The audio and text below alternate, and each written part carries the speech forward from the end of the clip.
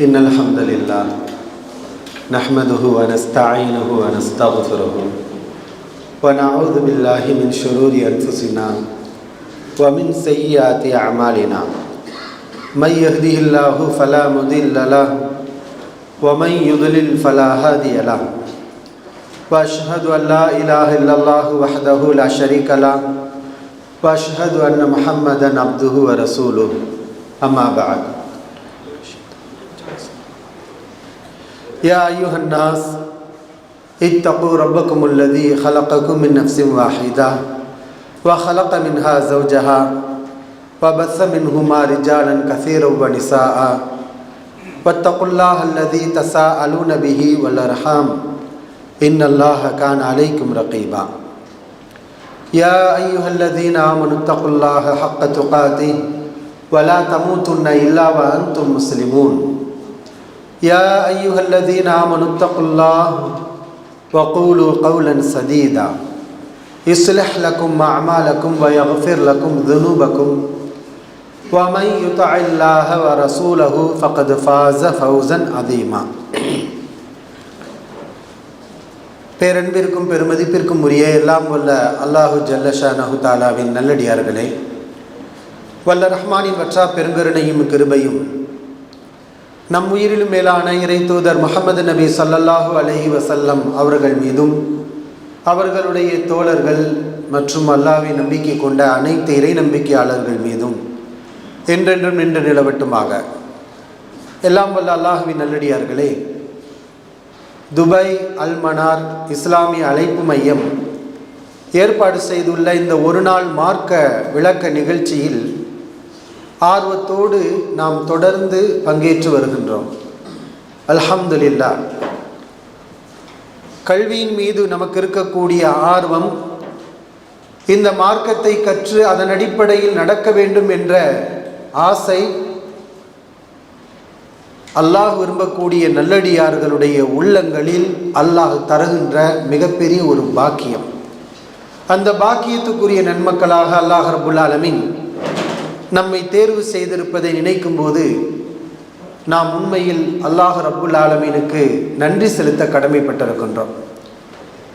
இந்த சந்தர்ப்பத்தில் எனக்கு தரப்பட்ட தலைப்பு நபித்தோழியர்களின் தியாகம். பொதுவாக நபித்தோழர்களுடைய தியாகங்களைத்தான் பரவலாக நாம் அறிந்து வைத்திருப்போம். நபித்தோழியர்களுடைய தியாகங்கள் அதிகமாக சமூகத்திலே பேசப்படவில்லை என்றுதான் சொல்ல வேண்டும். சஹாபாக்கள் தியாகம் செய்கிறார்கள் என்றால் கண்டிப்பாக அந்த தியாகத்துக்கு பின்னணியில் யார் இருப்பா? சஹாபிய பெண்கள் இருப்பார்கள். சஹாபிய பெண்களுடைய தியாகம் வேறு, சஹாபாக்களுடைய தியாகம் வேறு என்று நாம் தனித்தனியாக பிரித்து பார்க்க வேண்டிய அவசியம் இல்லை. ஒரு சஹாபி ஒரு போர்க்களத்திலே சென்று போராடுகிறார் என்றால் அவர்களை மனம் வந்து அவர்களுக்குரிய மன தைரியத்தை கொடுத்து அந்த போர்க்களத்துக்கு அவர்களை அனுப்பி வைத்தவர்கள் அவர்களுடைய மனைவிமார்களாக இருப்பார்கள், அவர்களுடைய தாயார்களாக இருப்பார்கள், சகோதரிகளாக இருப்பார்கள். ஆக ஒவ்வொரு சஹாபியுடைய தியாகத்துக்கும் பங்களிப்புக்கும் பின்னால் நபித்தோழியர்களுடைய பங்களிப்பும் இருக்கின்றது. தியாகம் இல்லாமல் மறுமலர்ச்சி இல்லை. தியாகம் இல்லாமல் அல்லாஹ்வுடைய உதவி கிடைக்காது. அல்லாஹ் நினைத்தால் தியாகம் செய்யாமலேயே நமக்கு நாம் விரும்புவதை அவனால் கொடுக்க முடியுமா? முடியாதா? முடியும். அல்லாஹ் நினைத்தால் எதை வேண்டுமானால் அவன் நமக்கு கொடுப்பான். ஆனால் அல்லாஹ்வுடைய நடைமுறை என்னவென்றால், நீ எங்களுக்காக எனக்காக ஏதாவது ஒரு தியாகத்தை செய், எனக்காக நீங்கள் ஏதாவது ஒரு தியாகத்தை செய்யுங்கள், நான் உங்களுக்கு செய்ய வேண்டியதை செய்வேன். இதுதான் அல்லாஹ்விற்கும் நல்லடியார்களுக்கும் மத்தியில் இருக்கக்கூடிய உடன்படிக்கை. இந்த உடன்படிக்கை சஹாபாக்களுக்கு மத்தியில் மட்டும்தான் அல்லாஹ் எடுத்திருக்கிறான் என்று நாம் புரிந்துவிடக்கூடாது. கியாமத் நாள் வரைக்கும் ஒவ்வொரு மூமினும் இதை மனதிலே ஆழ பதிய வைக்க வேண்டும். இந்த தியாகங்களை பற்றி நாம் பேசுவதுடைய நோக்கம் சுவாரஸ்யமான சம்பவங்களை எடுத்து பேசி உணர்ச்சிகளை உசுப்பிவிட்டு பிறகு அப்படியே கலைந்து செல்வதற்கு அல்ல. இது போன்ற தியாகத்தை என்றைக்கு எப்போது நாம் செய்ய போகின்றோம்? இந்த தியாகத்தில் நம்முடைய சமூகம் எப்படி இருக்கின்றது? இந்த சமூகத்திலே லட்சக்கணக்கான மக்கள் இருக்கின்றார்கள். ஆனால் அற்பமான சின்னஞ்சிறு தியாகத்திற்கு எத்தனை பேர் முன் வருகிறார்கள்? இதையெல்லாம் நாம் சிந்தித்து பார்த்து நம்முடைய பலவீனங்களை நாம் உணர்ந்து நாமும் இதற்கு தயாராக வேண்டும். அல்லாஹ்விற்கும் நல்லடியார்களுக்கும் உள்ள உடன்படிக்கை என்ன தெரியுமா? நீங்கள் தியாகம் செய்யுங்கள், உங்களுக்குரியதை நான் தருகின்றேன். இன்னல்லாஹ் அஷ்தரா மினல் முஃமினீன் அன்ஃபுஸஹும் வ அம்வாலஹும் பிஅன்ன லஹுமுல் ஜன்னah. அல்லாஹ் ரப்புல் ஆலமீன் இறை நம்பிக்கையாளர்களின் உயிர்களையும் உடைமைகளையும் விலைக்கு வாங்கி கொண்டான். அல்லாஹ் வாங்கி கொண்டான். யாரிடமிருந்து? ஈமான் கொண்ட நல்லடியார்களின் உயிர்களையும் உடைமைகளையும் அல்லாஹ் வாங்கி கொண்டான். ஈமான் கொண்டவர்கள் அல்லாஹ்விடத்திலே அதை விற்று விட்டார்கள். பொதுவாக ஒரு பொருளை நாம் விற்கிறோம்.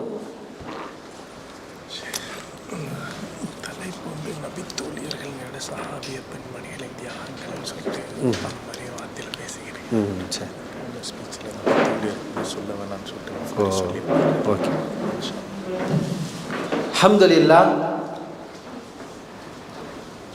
அல்லாஹ்விற்கும் நல்லடியார்களுக்கும் மத்தியில் உள்ள உடன்படிக்கை இதுதான். உங்களுடைய உயிரையும் உடைமையையும் எனக்கு கொடுங்கள், நான் வாங்கிக் கொள்கிறேன். நம்முடைய உயிரும் உடைமையும் அல்லாஹ்விடத்திலே கொடுக்கப்படுகிறது. அல்லாஹ்விடத்திலே நாம் விற்பனை செய்கின்றோம். நல்ல லாபகரமான வியாபாரம் என்பது என்ன? ஒரு பொருளை போட்டு அதைவிட சிறந்ததை பெறுவதுதான் லாபகரமான வியாபாரம். இந்த உலகத்தின் உயிர்களையும் உடைமைகளையும் அல்லாஹ்விற்காக நாம் கொடுக்கும்போது அல்லாஹ் ரப்புல் ஆலமீன் அதற்கு பிரதிபலனாக அவன் நமக்கு தருவது பிஅன்ன லஹுமுல் ஜன்னah, நிச்சயமாக அவர்களுக்கு சுவனம் உண்டு. வஅதன் அலைஹி ஹக்கன் ஃபித் தௌராத்தி வல் இன்ஜீலி வல் குர்ஆன். இது அல்லாஹ்வுடைய உண்மையான வாக்குறுதி.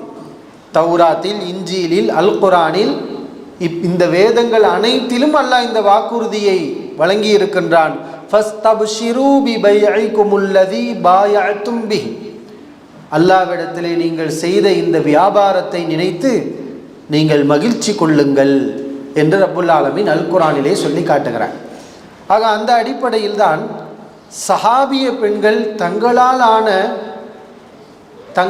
ஆன அதிகபட்ச தியாகங்களை இந்த மார்க்கத்துக்காக அவர்கள் செய்தார்கள். அவர்களில் முதலாவது ஒரு சிறந்த ஒரு பெண்மணி, சஹாபிய பெண்மணி அன்னை ஹதீஜா ரலியல்லாஹு அன்ஹா அவர்கள்.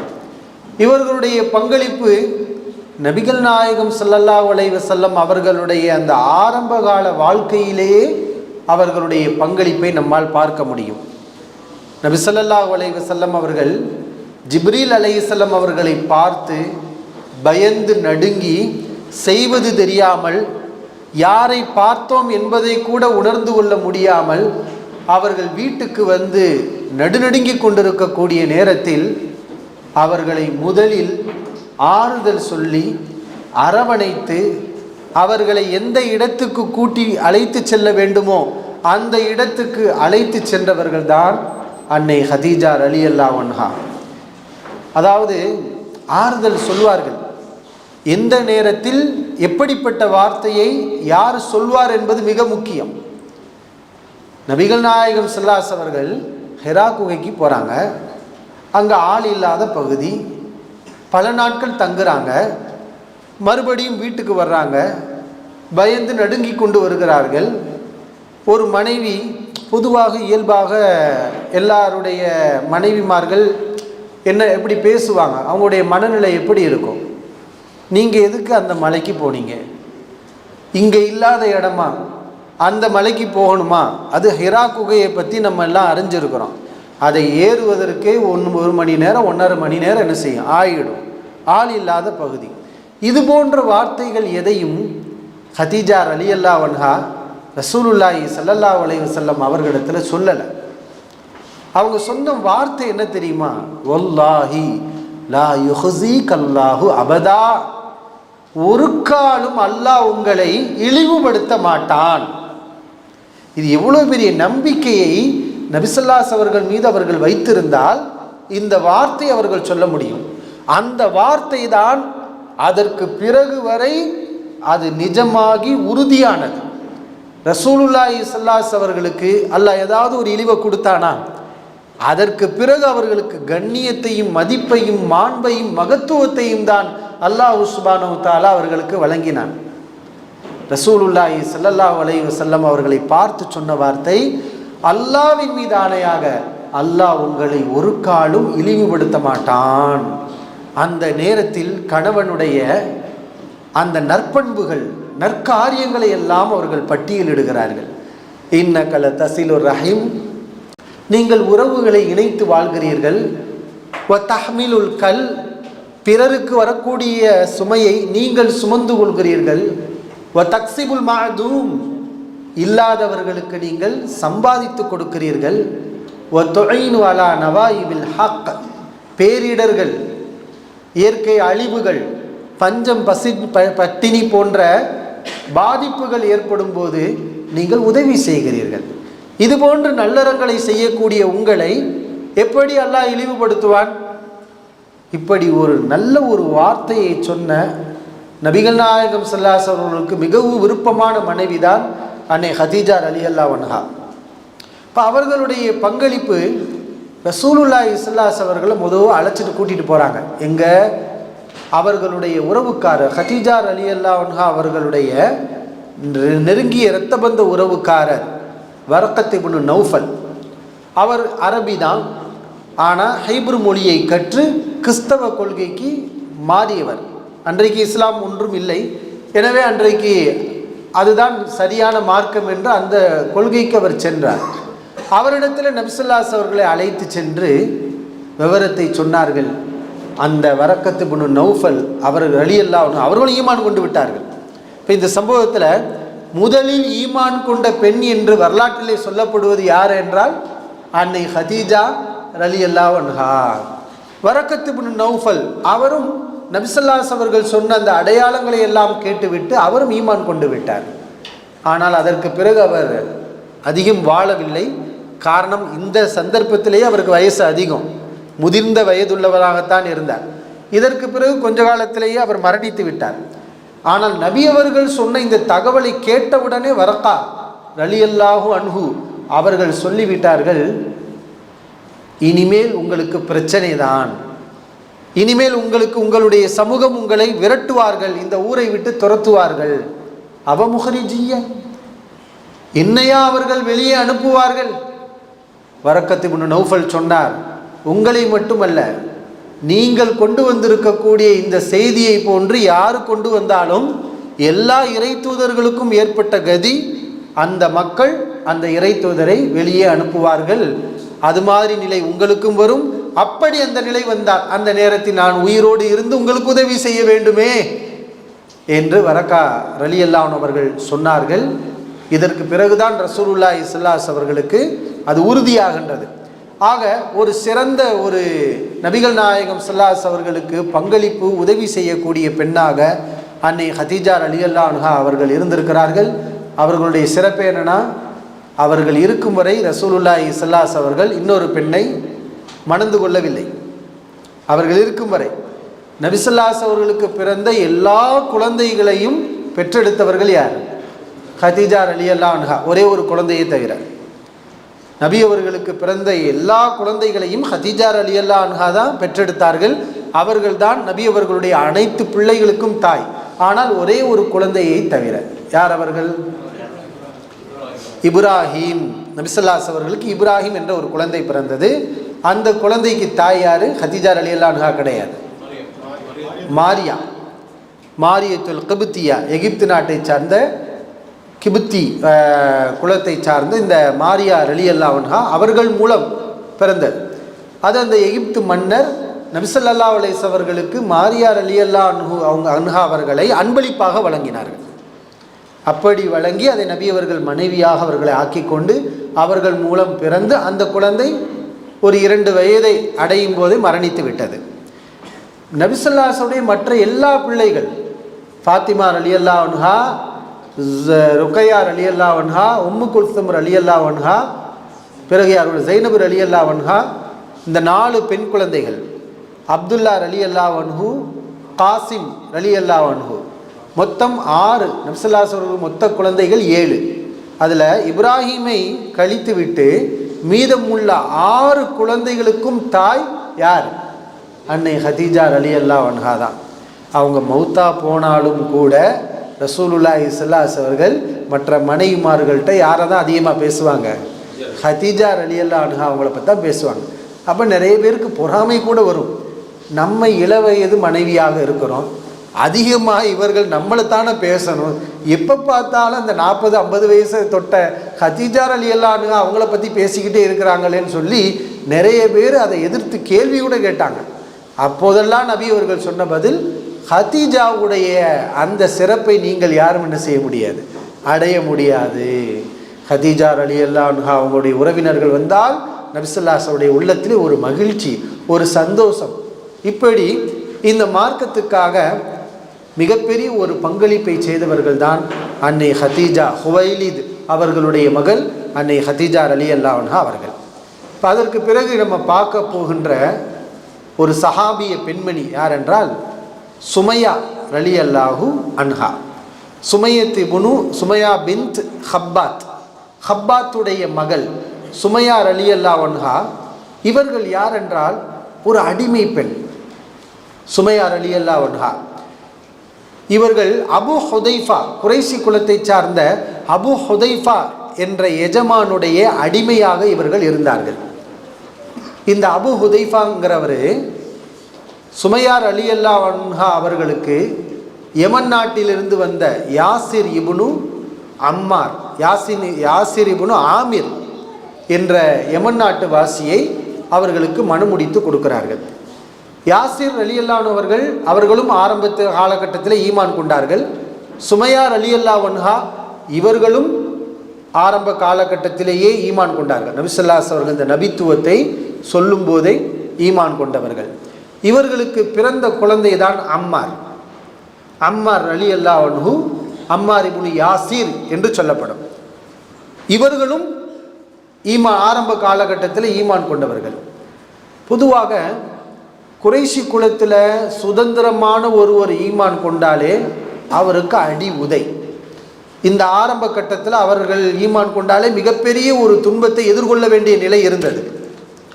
அடிமைகளாக இருக்கக்கூடியவங்களுக்கு சொல்ல வேண்டுமா?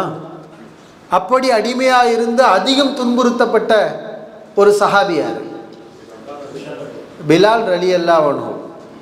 அந்த பிலால் ரலியல்லாஹு அன்ஹு அவர்களை அல்லாவிற்காக இவர் துன்பப்படுகிறார் என்பதற்காக அவர்களை பணம் கொடுத்து விலைக்கு வாங்கி விடுதலை செய்த சஹாபியார் அபூபக்கர் சித்திக் ரலியல்லாஹு அன்ஹு அவர்கள். இப்போ சுமையா ரலியல்லாஹு அன்ஹா அடிமை பெண்ணாக இருக்கிறார்கள்.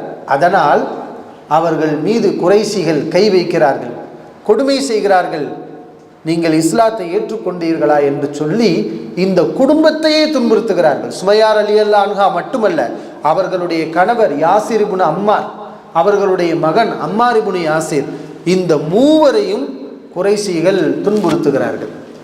நபிகள் நாயகம் ஸல்லல்லாஹு அலைஹி அவர்கள் இவர்கள் துன்புறுத்தும் காட்சியை பார்த்து கொண்டு கடந்து செல்வார்கள். அப்பொழுதெல்லாம் நபி அவர்கள் இந்த குடும்பத்தாருக்கு சொல்லக்கூடிய சுப செய்தி என்ன தெரியுமா?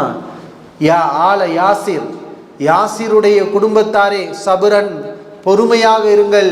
ஃபஇன்ன மவ்இதகுமுல் ஜன்னah, நிச்சயமாக உங்களுக்கு வாக்களிக்கப்பட்டிருக்கிறது சொர்க்கம், உங்களுக்கு சொர்க்கம் வாக்களிக்கப்பட்டிருக்கிறது. அந்த சொர்க்கத்தை சொல்லித்தான் அல்லாஹ்வின் தூதர் ஸல்லல்லாஹு அலைஹி வஸல்லம் அவர்கள் இந்த பலவீனர்களுக்கு மிகப்பெரிய ஒரு ஆறுதலையும் தைரியத்தையும் கொடுத்தார்கள். இந்த துன்பத்தில் மிகவும் கொடூரமாக கொலை செய்யப்பட்டார்கள், ஷஹீதாக்கப்பட்டார்கள் சுமையா ரலியல்லாஹு அன்ஹா அவர்கள். அவர்களை கொலை செய்தவன் அபு ஜஹல். அவர்களுடைய முன்பகுதியில் கூர்மையான ஈட்டியை அவன் குத்தி அவர்களை கொடூரமான முறையில் கொலை செய்கிறான். காரணம், இதே ஈமான் கொண்ட ஒரு சுதந்திரமான ஒரு குறைசி குலத்தை சார்ந்த யாராவது ஈமான் கொண்டிருந்தால் இப்படி அவனால் செய்ய முடியுமா என்றால் செய்ய முடியாது. எத்தனையோ குறைசிகள் ஈமான் கொண்டிருந்தார்கள். அபூபக்கர் சித்திக் ரலியல்லாஹு அன்ஹு ஈமான் கொண்டிருந்தார்கள். அவர்களை அபூஜஹல் இப்படி செய்ய முடிந்ததா? செய்ய முடியவில்லை. காரணம், அவரை தொட்டால் அவருடைய குடும்பம் வரும். அதனால் சின்ன சின்ன அடிகளை தந்தார்கள். ஆனால் பெரிய இது மாதிரியான கொடூரங்களை அவர்கள் நிகழ்த்தவில்லை. ஆனால் அவர்களுடைய இந்த கொடூரங்கள் எல்லாம் யார் விஷயத்தில் அரங்கேறியது என்றால், இது போன்ற அடிமைகள் அடித்தால் கேட்க யாரும் இல்லை, நாதி இல்லை என்று நினைத்து கொண்டு அபூஜஹல் போன்றவர்கள் இந்த மாதிரியான அக்கிரமங்களை செய்தார்கள். அபூஜஹலுக்கு அபூஜஹல் என்று பெயர் வந்ததே இவர்களுடைய இந்த சம்பவத்தை ஒட்டித்தான். இதற்கு பிறகுதான் சுமையார் ரலியல்லாஹு அன்ஹா அவர்களை கொலை செய்த இவனுக்கு அபூ ஜஹல் என்ற பெயரை நபிகள் நாயகம் ஸல்லல்லாஹு அலைஹி வஸல்லம் அவர்கள் இந்த பெயரை அவனுக்கு சூட்டினார்கள். அபூ ஜஹல்னா என்ன அர்த்தம்? மடையர்களின் தந்தையா? அறியாமையின் மடமைத்தனத்தின் தந்தை. அப்படின்னா மடமைத்தனம் அவனிடத்துல அதிகமாக இருக்குன்னு அர்த்தம். அபு என்றால் வாப்பாவாக தான் இருக்கணும் அப்படிங்கிற அர்த்தம் அல்ல. ஒரு விஷயம் அவரிடத்தில் அதிகமாக இருந்தால் அபு என்ற வார்த்தையை அரபுகள் சேர்த்து சொல்லுவாங்க, இதனுடைய தந்தை என்று. இப்போ இவனிடத்தில் அறியாமை ஜஹல் அதிகமாக இருக்கிறது.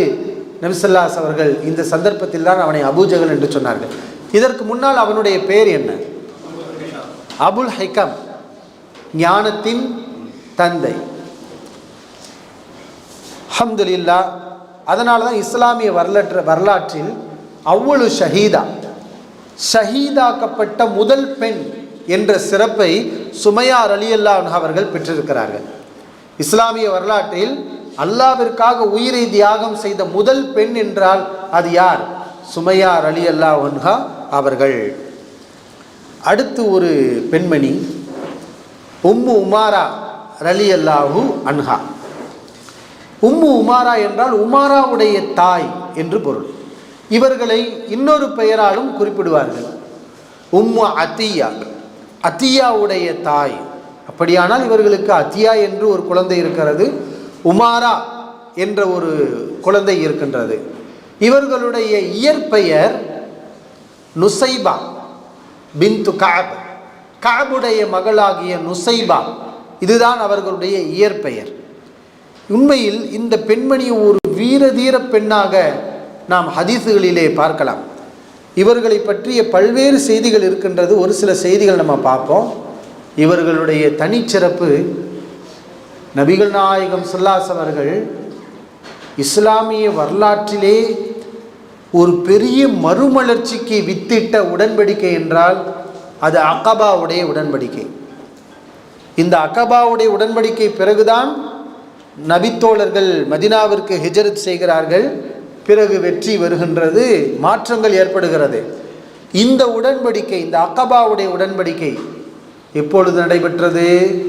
நபிகள் நாயகம் ஸல்லல்லாஹு அலைஹி அவர்கள் மக்காவில் இருக்கும்போது மதீனாவிலிருந்து ஹஜ்ஜு உம்ரா செய்வதற்காக சஹாபாக்கள், அன்றைக்கு முஸ்லீமாக வரல, மதீனாவாசிகள் மக்காவிற்கு வருகின்றார்கள். அப்படி வந்தவர்களை நபி ஸல்லல்லாஹு அலைஹி அவர்கள் தனிப்பட்ட முறையில் சென்று சந்தித்து, நான் அல்லாஹ்வுடைய தூதராக இருக்கிறேன், எனக்கு நீங்கள் கட்டுப்படுவீர்களா, ஈமான் கொள்வீர்களா என்று உடன்படிக்கை எடுத்தார்கள். இந்த உடன்படிக்கை 2 கட்டமாக நடந்தது. முதல் கட்டம், நபி அவர்களை ஈமான் கொள்வீர்களா என்று மதீனத்து சஹாபாக்களிடம் நபி ஸல்லல்லாஹு அலைஹி அவர்கள் உடன்படிக்கை எடுத்தார்கள். ஒரு குறிப்பிட்ட விரல் விட்டு எண்ணக்கூடிய 6 நபர்கள் தான் அந்த உடன்படிக்கையில் நாங்கள் உங்களை அல்லாஹ்வுடைய ரசூலாக ஏற்றுக்கொள்கிறோம் என்று உடன்படிக்கை செய்தார்கள். இது முதலாவது அகபா. அகபா என்பது அந்த மலைப்பகுதியில் ரகசியமாக நபி ஸல்லல்லாஹு அலைஹி அவர்கள் இவர்களோடு செய்த உடன்படிக்கை. இதற்கு பிறகு அடுத்த வருடம் இந்த உடன்படிக்கையில் எடுத்தவர்கள் மதீனாவாசிகள் இன்னும் சில மதீனாவாசிகளையும் அழைத்து கொண்டு நபி ஸல்லல்லாஹு அலைஹி அவர்களிடத்தில் அடுத்த உடன்படிக்கைக்கு தயாராகிறார்கள். அதுவும் இதே அகபா உடன்படிக்கை, 2வது அகபா உடன்படிக்கை என்று சொல்லப்படுகிறது.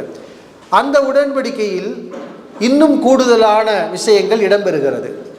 நான் உங்களிடத்திலே ஹிஜ்ரத் செய்து வந்தால், என்னுடைய மக்காவை விட்டு மதீனாவுக்கு உங்களிடம் நான் வந்தால் என்னை நீங்கள் பாதுகாப்பீர்களா உங்கள் உயிரை கொடுத்து உடைமையை கொடுத்து எனக்கு நீங்கள் உறுதுணையாக இருப்பீர்களா என்று நபி ஸல்லல்லாஹு அலைஹி அவர்கள் அந்த சஹாபாக்களிடத்தில் உடன்படிக்கை எடுத்தாங்க. இப்போ இந்த உடன்படிக்கையில் பரவலாக, அதாவது இந்த உடன்படிக்கையில் கலந்து கொள்வதே ஒரு மிகப்பெரிய ஒரு சிறப்பு, சாதாரண சிறப்பு அல்ல. ஏன்னா இஸ்லாத்துடைய வளர்ச்சியின் ஆரம்பம்.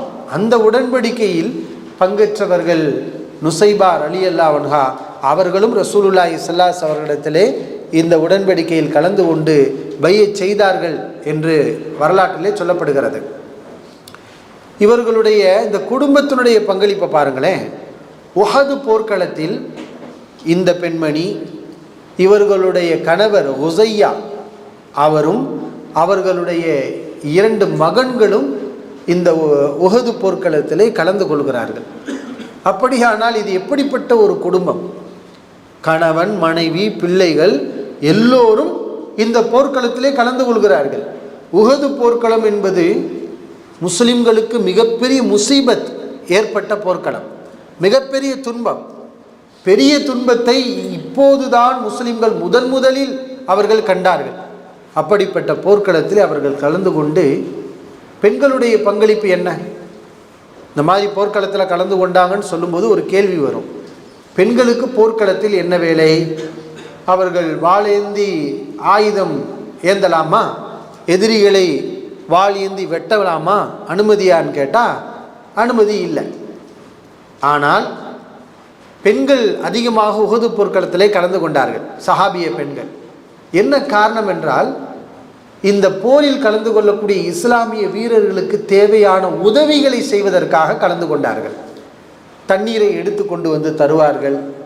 அந்த போர்க்களத்திலே யாராவது காயப்பட்டால், ஒருவர் கை வெட்டு விழுந்து கீழே கிடப்பார், காலில் வெட்டு விழுந்து கீழே கிடப்பார். இப்படி யாராவது ஒருவர் காயப்பட்டு விட்டால் அவர்களை தூக்கி வந்து அவர்களுடைய காயங்களுக்கு மருந்து போட்டு அவர்களுக்கு தண்ணீர் கொடுத்து இது மாதிரியான உதவிகளை எல்லாம் செய்து கொண்டிருந்தார்கள் சஹாபிய பெண்கள். அப்படிப்பட்ட இந்த பணியை செய்தவர்களில் ஒருவர் தான் நுசைபா ரலியல்லாஹு அன்ஹா அவர்கள். மிகவும் அரிதாக, ஏன்னா போர்க்கள செய்திகளில் நம்ம பார்க்குறோம்ல, எப்பொழுதாவது ரசூலுல்லாஹி ஸல்லல்லாஹு அலைஹி அவர்களை விட்டு யாராவது ஓடினா, பின்வாங்கி ஓடுனா, நபியோருடன் நின்று சண்டை போட்டுட்டு பிறகு பின்வாங்கி ஓடுவாங்கல்ல, அப்படி ஓடியவர்களை இந்த சஹாபிய பெண்கள் அடித்து விரட்டி விட்டிருக்கிறார்கள் என்ற செய்தியையும் நாம் வரலாற்றில் பார்க்கிறோம். ஏன் ரசூலுல்லாஹ் விட்டு ஓடி வர்றீங்க, போய் சண்டை போடுங்க அப்படின்னு சொல்லி அந்த அளவுக்கு வீரமிக்கவர்களாக, நபி அவர்களை விட்டுட்டு ஓடி வரக்கூடாது என்று பின்வாங்கி ஓடி வரக்கூடியவர்களை திருப்பி அனுப்பக்கூடியவர்களாகவும் சஹாபிய பெண்கள் இருந்திருக்கிறார். இதுவும் அவர்களுடைய பங்களிப்பாக இருந்திருக்கின்றது. இப்போ இங்கே ஒரு வீர தீர செயல் நுசைபா ரலியல்லாஹு அன்ஹா அவர்களிடத்தில் நம்மால் பார்க்க முடிகிறது. ஏன்னா உஹது போர்க்களத்தில் அவர்கள் சண்டையிடுவதற்காக வரலை. ஆனால் ஒரு காட்சியை பார்க்குறாங்க. அந்த காட்சியை பார்த்தோனையுமே சண்டை போடணுங்கிற முடிவுக்கு அவங்க வந்துடுறாங்க.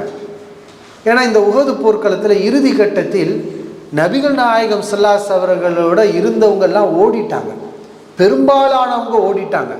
நபி அவர்களோட அந்த கடைசி நேரத்தில் இருந்தவங்கன்னு பார்த்தீங்கன்னா விரல் விட்டு எண்ணக்கூடிய குறிப்பிட்ட சில சஹாபாக்கள் மட்டும்தான் இருந்தாங்க. பெருங்கொண்ட கூட்டம் இல்லை, எல்லாரும் ஓடிட்டாங்க. இப்போ இந்த காட்சியை நுசைபா ரலியல்லாஹு அன்ஹா பார்க்குறாங்க. நபி ஸல்லல்லாஹு அலைஹி அவங்களோட முஸஅப் பின் உமைர் ரலியல்லாஹு அன்ஹு அவங்க நிற்கிறாங்க. அவங்க இந்த போர்க்களத்தில் ஷஹீதாகிறாங்க. முஸஅப் இப்னு உமைர் ரலியல்லாஹு அன்ஹு அவர்கள் உஹது போர்க்களத்தில் ஷஹீதாகிறாங்க. இப்போ நபி அவர்களோட முஸஅப் இப்னு உமைர் இருக்கிறார், இன்னும் சில மனிதர்கள் தான் இருக்கிறாங்க, அதிகமானவங்க யாருமே இல்லை. ஆனால் இப்னு கமீஆ என்ற ஒரு எதிரி நபி ஸல்லல்லாஹு அலைஹி அவர்களை வெட்டுவதற்காக கையில் வாளை ஏந்தி கொண்டு வருகின்றான். அவன் பார்க்கிறான், நபி அவர்களுக்கு பக்கத்தில் யாரும் இல்லை, நம்ம இந்த சந்தர்ப்பத்தை பயன்படுத்தி கொள்ள வேண்டும் என்று அவன் வெட்டுவதற்காக விரைந்து வருகின்றான். இதை பார்த்த நுசைபா ரலியல்லாஹு அன்ஹா அவர்கள் உடனே என்ன பண்ணாங்க, அவங்க கையில் வாள் எடுக்கிறாங்க. ஏன்னா வாள் எடுக்க வேண்டிய சூழல், அல்லாஹ்வுடைய தூதர் பாதுகாப்பு இல்லாமல் இருக்கிறாங்க, அவர்களை வெட்டுவதற்கு இவன் துணிகின்றான், இந்த நேரத்தில் நாம் என்ன செய்வது என்று கையிலே வாளை எடுத்து அவனை ஓங்கி அடிக்கிறார்கள். அவன் மேல் வெட்டுகிறார்கள். ஆனால் அவனுக்கு எந்த பாதிப்பும் வரவில்லை. காரணம், அவன் உள்ளே அந்த உருக்கு சட்டை, கவசம், போர்க்கவச ஆடையை அணிந்திருக்கின்றான், அவனுக்கு எந்த பாதிப்பும் வரவில்லை. அவன் பதிலுக்கு உம்மு உமாரா நுசைபா ரலியல்லாஹு அன்ஹா அவர்களுடைய கழுத்திலே கத்தியால் அவன் குத்துகிறான். ஆழமாக அவருடைய கழுத்திலே அது பதிகிறது. இந்த ஒரு குத்து மட்டுமல்ல, இந்த போர்க்களத்திலே நுசைபா ரலியல்லாஹு அன்ஹா அவர்கள் பட்ட காயங்கள் பார்த்தால் கிட்டத்தட்ட 13 வெட்டுகள், அம்புகளால் வாட்களால் அவர்களுடைய உடலிலே 13 வெட்டுக்கள், 12-13 வெட்டுக்கள் அவருடைய உடலிலே இருந்தது. ஆனால் அவங்க ஷஹீதாகலை, மரணிக்கலை, அல்லாஹ் அவங்கள காப்பாற்றி வச்சிருக்கிறான். ஆனால் இதற்கு பிறகு அவர்கள் அல்லாஹ்விற்காக பட்ட அந்த துன்பம் தொடர்ந்து கொண்டே இருந்தது. ஏன்னா ஆழமாக உள்ளக்க நம்ம காயம் ஏற்பட்டுச்சுன்னா அந்த காயம் சீக்கிரமாக ஆறுமா? இன்றைக்கி இருக்கக்கூடிய மருத்துவங்கள் அதை பயன்படுத்தி வேணால் ஒரு முயற்சி செய்யலாம். ஆனால் அந்த காலத்தில் உள்ள மருத்துவங்கள்லாம் எப்படி இருக்கும்? கிட்டத்தட்ட அந்த காயம் தொடர்ந்து அவர்களுக்கு நோவினை கொடுத்து கொண்டே இருந்தது. 1 வருட காலம், இந்த உஹது போருக்கு பிறகு 1 வருட காலம் அந்த காயத்தில் இருந்து இரத்தம் கசிந்து கொண்டே இருக்கும். அவர்கள் அந்த நோவினையை உணர்ந்து கொண்டே இருந்தார்கள். அதற்கு பிறகு அல்லாஹ் சுப்ஹானஹு வ தஆலா அந்த காயத்தை குணப்படுத்தினான் என்பதை நாம் ஹதீஸுகளிலே பார்க்கின்றோம். இப்போ இந்த பெண்ணை பற்றி தான் சஹாபாக்களை பற்றி, இந்த பெண்ணை பற்றி, இந்த சஹாபிய பெண்ணை பற்றி இஸ்லாமிய அறிஞர்கள் பேசும்போது அழகிய சோதனையை இவர்கள் சந்தித்தார்கள் என்ற செய்தியை குறிப்பிடுகிறார்கள். அழகிய சோதனை என்றால் இதுதான், அல்லாஹ்விற்காக வெட்டுப்பட்டு அல்லாஹ்வுடைய ரசூலை காப்பதற்காக கையிலே வாளை எடுத்து எதிரியை வெட்டச் சென்று அதற்காக இப்னு கமீஆ அந்த எதிரி இவர்களுடைய கழுத்திலே குத்தி அதனுடைய வேதனையை 1 வருட காலம் அவர்கள் அனுபவித்து கொண்டே இருந்தார்கள். இதெல்லாம் வேதனை தான், அதெல்லாம் அவங்க சகிச்சுக்கிட்டாங்க, பெரிய பாக்கியமாக உணர்ந்தாங்க. அல்லாஹ்வுடைய மார்க்கத்துக்காக நாம் இந்த சிறப்பை பெற்றுக்கொள்வோம் என்று அவர்கள் இதை மனமு வந்து ஏற்றுக்கொண்டார்கள். அல்ஹம்துலில்லாஹ், அல்லாஹ் அவர்களுக்கு அருள் புரியட்டும். இது அவர்கள் செய்த மிகப்பெரிய ஒரு தியாகம்.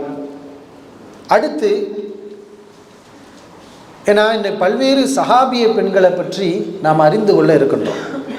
அவங்களுடைய முழு வரலாறுகளை சொல்வது இந்த உரையினுடைய நோக்கம் கிடையாது. அவர்களை பற்றி இருக்கக்கூடிய தியாகங்கள், அவர்கள் செய்த மிகப்பெரிய பங்களிப்புகளை நாம் ஒவ்வொன்றாக தெரிந்து கொள்வோம். அடுத்து சஃபியா பின்து அப்துல் முத்தலிப், அப்துல் முத்தலிபுடைய மகள் சஃபியா ரலியல்லாஹு அன்ஹா. அப்துல் முத்தலிபுடைய மகள் என்றால் நபிகள் நாயகம் ஸல்லல்லாஹு அலைஹி அவர்களுக்கு இவர்கள் யார் வேண்டும்? மாமி. சஃபியா என்ற பெயரில் நபி ஸல்லல்லாஹு அலைஹி அவர்களுக்கு ஒரு மனைவியும் உண்டு. யார் அவங்க? சஃபியா பின்து ஹுயை, ஹுயையுடைய மகள் சஃபியா. அவர்கள் யார்? ஹுயை என்றால் யார் அவர்? அந்த ஹுயை தெரிந்தவர்கள் சொல்லலாம். அவர் வந்து ஒரு யூதர். சஃபியா ரலியல்லாஹு அன்ஹா அவங்களும் என்னது, யூத இனத்தை சார்ந்தவர்களாகத்தான் இருந்தார்கள். போரிலே அவர்கள் வெற்றி கொள்ளப்பட்டு ரசூலுல்லாஹி ஸல்லல்லாஹு அலைஹி அவர்களுக்கு மனைவியாக அவர்கள் கிடைத்தார்கள். பிறகு நபி அவர்களை முழுமையாக ஈமான் கொண்ட சிறந்த ஒரு மனைவியாக அவர்கள் இருந்தார்கள். மட்டுமல்ல, ஒரு வீர பெண்ணாகவும் அவர்கள் இருந்திருக்கின்றார்கள்.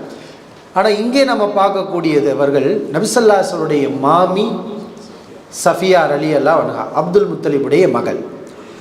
இவர்களுடைய மகன் ஜுபைர் ரலியல்லாஹு அன்ஹு, சுபைர் ரலியல்லாஹு அன்ஹு அவர்கள். இவர்களுடைய பங்களிப்பு இஸ்லாமிய வரலாற்றிலே அதிகம் சொல்லப்பட்டிருக்கின்றது. உஹது போர்க்களத்திலே இவர்களை பாதிக்கக்கூடிய ஒரு மிகப்பெரிய ஒரு சம்பவம் நடைபெறுகிறது. உஹது போர்க்களத்தில் பல்வேறு சிறந்த சஹாபாக்கள் ஷஹீதாக்கப்பட்டார்கள். யார்? முஸஅப் இப்னு உமைர், ஹம்ஸா ரலியல்லாஹு அன்ஹு. ஹம்ஸா இவர்கள் யார் என்றால் சஃபியா ரலியல்லாஹு அன்ஹா அவர்களுடைய சகோதரர், கூட பிறந்த சகோதரர். நபிகள் நாயகம் ஸல்லல்லாஹு அலைஹி அவர்களுடைய சாச்சா, சிறிய தந்தை ஹம்ஸா ரலியல்லாஹு அன்ஹு அவர்கள். அவர்கள் இந்த போர்க்கள அவர்கள் அசதுல்லா, அல்லாஹ்வுடைய சிங்கம் என்று சொல்லப்பட்டவர்கள், எதிரிகளுக்கு மிகப்பெரிய சிம்ம சொப்பனமாக இருந்தவர்கள். அப்படிப்பட்ட ஹம்சா ரலியல்லாஹு அவர்கள் மிக கொடூரமான முறையில் கொலை செய்யப்பட்டார்கள் இந்த போர்க்களத்திலே.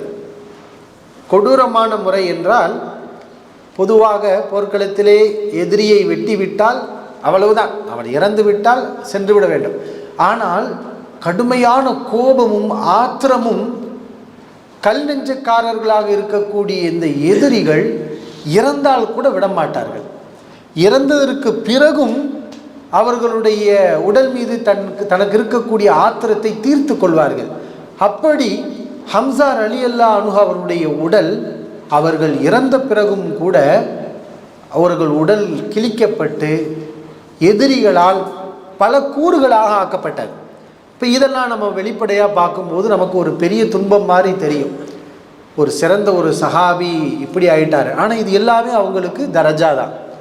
இந்த உலகத்தில் அல்லாஹ்வுக்காக அவர்கள் எந்த அளவுக்கு துன்புறுத்தப்படுகிறார்களோ, எந்த அளவுக்கு அவர்கள் நோவினை செய்யப்படுகிறார்களோ, அந்த அளவுக்கு அவங்களுக்கு அல்லாஹ்விடத்தில் என்ன இருக்குது? அந்தஸ்து, இஸ்ஸத்து, கண்ணியம் எல்லாமே இருக்கிறது. அதனால் நபித்தோழர்கள் அதையெல்லாம் பெருசாக என்ன செய்ய மாட்டாங்க, கவலைப்பட மாட்டாங்க, நினைக்க மாட்டார்கள். இப்போ இந்த போர்க்களத்தில் அவர்கள் இப்படி கொடூரமான முறையில் கொலை செய்யப்பட்டு களத்திலே தள்ளப்பட்டிருக்கிறார்கள். போர்க்களம் முடிந்து விட்டது. சஃபியா ரலியல்லாஹு அன்ஹா அந்த களத்துக்குள்ளே இறங்குறாங்க, தேடுகிறார்கள். யார் யாருக்கு என்ன ஏற்பட்டிருக்கிறது என்பதை பார்ப்பதற்காக வருகிறார்கள். இதை பார்த்தவுடன் நபிகள் நாயகம் ஸல்லல்லாஹு அலைஹி அவர்கள் அல் மர்அத, அந்த பெண்ணை நிறுத்துங்கள், அந்த பெண்ணை நிறுத்துங்கள் என்று சொல்கிறார்கள். காரணம், பெண்களுடைய மனம் மிகவும் இலகியது. அதை இவங்க எப்படி எடுத்துக்கொள்வார்கள் சொல்ல முடியும். இந்த மாதிரி காட்சிகளை பார்த்தா அவர்கள் தாங்க மாட்டார்கள். அவர்களை நிறுத்துங்கள் நிறுத்துங்கள் என்று நபி ஸல்லல்லாஹு அலைஹி அவர்கள் சொன்னார்கள். ஜுபைர் ரலியல்லாஹு அவர்கள் தன்னுடைய தாய் தான் என்பதை அறிந்து கொண்டு, தாய், இனிமேல் நீங்கள் போகக்கூடாது, நபி அவர்கள் உங்களை நிறுத்த சொல்லி இருக்கிறார்கள் என்று அங்கேயே நிறுத்துகிறார்கள். சஃபியா ரலியல்லாஹு அன்ஹா, என்னை விடுங்கள், நான் அனைத்தையும் சகித்து கொள்கிறேன், நான் சபுர் செய்யக்கூடியவள் என்று சொல்லி ஹம்சா ரலியல்லாஹு அன்ஹு அவர்களை பார்ப்பதற்காக கஃனுடைய ஆடைகளுடன் 2 ஆடைகளை எடுத்துக்கொண்டு அங்கே வருகிறார்கள். என்னுடைய சகோதரனுக்கு இந்த கஃனை கொடுங்கள், இதுதான் என்னுடைய விருப்பம். அங்கே கஃன் துணி இல்லை. நிறைய ஷஹீதுகள் இருக்கிறாங்க. பக்கத்திலே ஒரு அன்சாரி, அவரும் ஷஹீதாகி இருக்கிறார். இங்கே ஹம்சா ரலியல்லாஹு அன்ஹு அவர்களுக்கு 2 கஃன் துணி வந்திருக்கிறது. சஃபியா ரலியல்லாஹு அன்ஹா கொண்டு வந்திருக்கிறாங்க. பக்கத்தில் ஷஹீதாகி கிடக்கக்கூடிய அன்சாரிக்கு ஒரு துணி கூட இல்லை. அப்போ இவருக்கு ஒரு துணியும் இல்லை. இந்த நேரத்தில் ஹம்சாவிற்கு நாம் 2 கஃன் துணிகளை கொடுப்பதா முடிவெடுக்கிறார்கள். ஒரு துணி ஹம்சா ரலியல்லாஹு அன்ஹு அவர்களுக்கு, இன்னொரு துணி இந்த அன்சாரிக்கு என்று தனித்தனியாக கொடுக்கப்பட்டு அவர்கள் அடக்கம் செய்யப்படுகிறார்கள் என்பதை நாம் பார்க்கின்றோம். ஆக ஹம்சாவை பார்த்துவிட்டு சஃபியா ரலியல்லாஹு அன்ஹா இந்த இடத்திலே அவர்கள் மேற்கொண்ட பொறுமை, அந்த சகிப்புத்தன்மை, அது வரலாற்றிலே நமக்கு சொல்லப்பட்டிருக்கிறது. இது போன்ற ஒரு சபுர், பொறுமை நமக்கு இருக்க வேண்டும். ஏன்னா உறுதியான ஈமான், இவர்கள் அழியவில்லை. எதனால் கொந்தளிப்பு வருகிறது? ஏன் தாங்கிக் கொள்ள முடியவில்லை? ஏன் துக்கம் மேலிடுகிறது? மறுமை இருக்கிறது, இதற்கு பிறகு சொர்க்கம் இருக்கிறது. இவங்க நமக்குடைய பார்வைக்குத்தான் இறந்தவர்களாக தெரிகிறார்கள். ஆனால் அல்லாஹ் என்ன சொல்கிறான்? லா தஹ்ஸபன்னல்லதீன குதிலூ ஃபீ ஸபீலில்லாஹி அம்வாதா, அல்லாஹ்வுடைய பாதையில் கொல்லப்பட்டவர்களை இறந்தவர்கள் என்று நினைக்காதீர்கள். அல்லாஹ் சொல்கின்றான், அல்லாஹ்வுடைய பாதையில் கொல்லப்பட்டவர்களை இறந்தவர்கள், மௌத்தாக்கள் என்று கூட நீங்கள் நினைக்கக்கூடாது. அவர்கள் எப்படி இருப்பாங்க தெரியுமா? ஃபரிஹைன பிமா ஆதாஹுமுல்லாஹு மின் ஃபضலி, அல்லாஹ் தனக்கு கொடுத்த அருளை நினைத்து சந்தோஷப்பட்டு கொண்டிருப்பார்கள். யஸ்தப்ஷிரூன பில்லதீன லம் யல்ஹகு பிஹிம் மின் ஹல்ஃபிஹிம் அல்லா ஹவுஃபுன் அலைஹிம் வலா ஹும் யஹ்ஸனூன். அப்படி மௌத்தா போனவங்க உலகத்தில் உயிரோடு இருக்கிறாங்களே, அவங்களுக்கு சொல்லுவாங்களாம், நீங்கள் கவலைப்படாதீங்க. இவங்களை நினச்சி இவங்க கவலைப்பட்டுக்கிட்டு இருப்பாங்க. ஆனால் போன மக்கள் சொல்லுவாங்க, நீங்கள் கவலைப்படாதீங்க, பயப்படாதீங்க, நாங்கள் ரொம்ப மகிழ்ச்சியாக இருக்கிறோம் என்று அவர்களுடைய நினைப்பு இருக்கும் என்று ரப்புல் ஆலமீன் சொல்லி காட்டுகின்றார். இப்போ இதையெல்லாம் உறுதியாக விசுவாசித்த சஹாபாக்கள் இது மாதிரியான துன்பங்களை கண்டு அவர்கள் துவண்டு விடவில்லை. இந்த மார்க்கத்திலே உறுதியுடன் இருந்தார்கள். சஃபியா ரலியல்லாஹு அன்ஹா அவர்களுடைய இன்னொரு வீர தீரமிக்க ஒரு செயல் வரலாற்றில் நம்மால் பார்க்க முடியும். ஹந்தக் போர்க்களம். ஹந்தக் என்றால் என்ன பொருள்? ஹந்தக் குழி, அகழ். ஏன் இந்த போர்க்களத்துக்கு குழி போர், அகழ் போர் என்று சொல்லப்படுகிறது என்றால், எதிரிகள் அதிக அளவில் இருந்தாங்க, முஸ்லிம்கள் மிகவும் குறைவாக இருந்தாங்க, பலவீனமாக இருந்தாங்க. இந்த நேரத்தில் நபி ஸல்லல்லாஹு அலைஹி அவர்களுக்கு சொல்லப்பட்ட சிறந்த ஆலோசனை, இவர்களை நம்ம நேருக்கு நேர் சந்திக்க வேண்டாம், மதீனாவை சுற்றி நம்ம குழி தோண்டினால் போதும், இதுதான் சரியான வழி என்று மதீனாவை சுற்றி குழி தோண்டினார்கள். அதனால தான் இந்த போர்க்களத்துக்கு ஹந்தக் போர்க்களம். மிகவும் ஆழமான அகலமான குழி தோண்டப்பட்டது. சஹாபாக்கள் கடுமையான குளிர் நிலவக்கூடிய தருணத்தில் சுபுஹு தொழுத பிறகு மிக சிரமப்பட்ட, அன்றைக்கு பொக்கலைன் இந்த மாதிரியான நவீன மிஷின்களெல்லாம் கிடையாது, கையில் கடப்பாறையும் மம்பட்டியையும் வச்சு தான் அந்த அவ்வளோ பெரிய குழி, இந்த ஆழத்துக்கு இவ்வளோ பெரிய அகலத்துக்கு எதிரிகள் உள்ளே இறங்கி தாண்ட முடியாத அளவுக்கு மதீனாவை சுற்றி நபித்தோழர்கள் அந்த குழியை தோண்டினார்கள். இந்த போர்க்களத்துக்கு இன்னொரு பேரும் இருக்கிறது. இந்த ஹந்தக் போர்க்களத்துக்கு இன்னொரு பேர் இருக்கு. என்ன பேர்? ஹந்தக். அதற்கு இன்னொரு பெயர் அல் குர்ஆனில் சொல்லப்பட்டிருக்கிறது. அல் அஹ்ஸாப், கூட்டுப்படைகள். இந்த போர்க்களத்தை அல் அஹ்ஸாப் என்றும் சொல்லப்படும், கூட்டுப்படைகள். ஏனென்றால் இந்த போர்க்களத்தில் முஸ்லிம்களை தவிர எல்லோரும் சேர்ந்து கொண்டார்கள். எல்லோரும் என்றால் யகூதிகள், முஷ்ரிக்கீன்கள், அது மாதிரி நாத்திகர்கள், அன்றைக்கு முஸ்லிம்களை தவிர யார் யார் இருந்தாங்களோ எல்லோரும் ஒன்று சேர்ந்து கொண்டு முஸ்லிம்களுக்கு எதிராக படை திரட்டிய காரணத்தினால் இது அல் அஹ்ஸாப், இது கூட்டுப்படைகள், பல்வேறு கூட்டங்களின் தொகுப்பு என்று சொல்லப்படுது.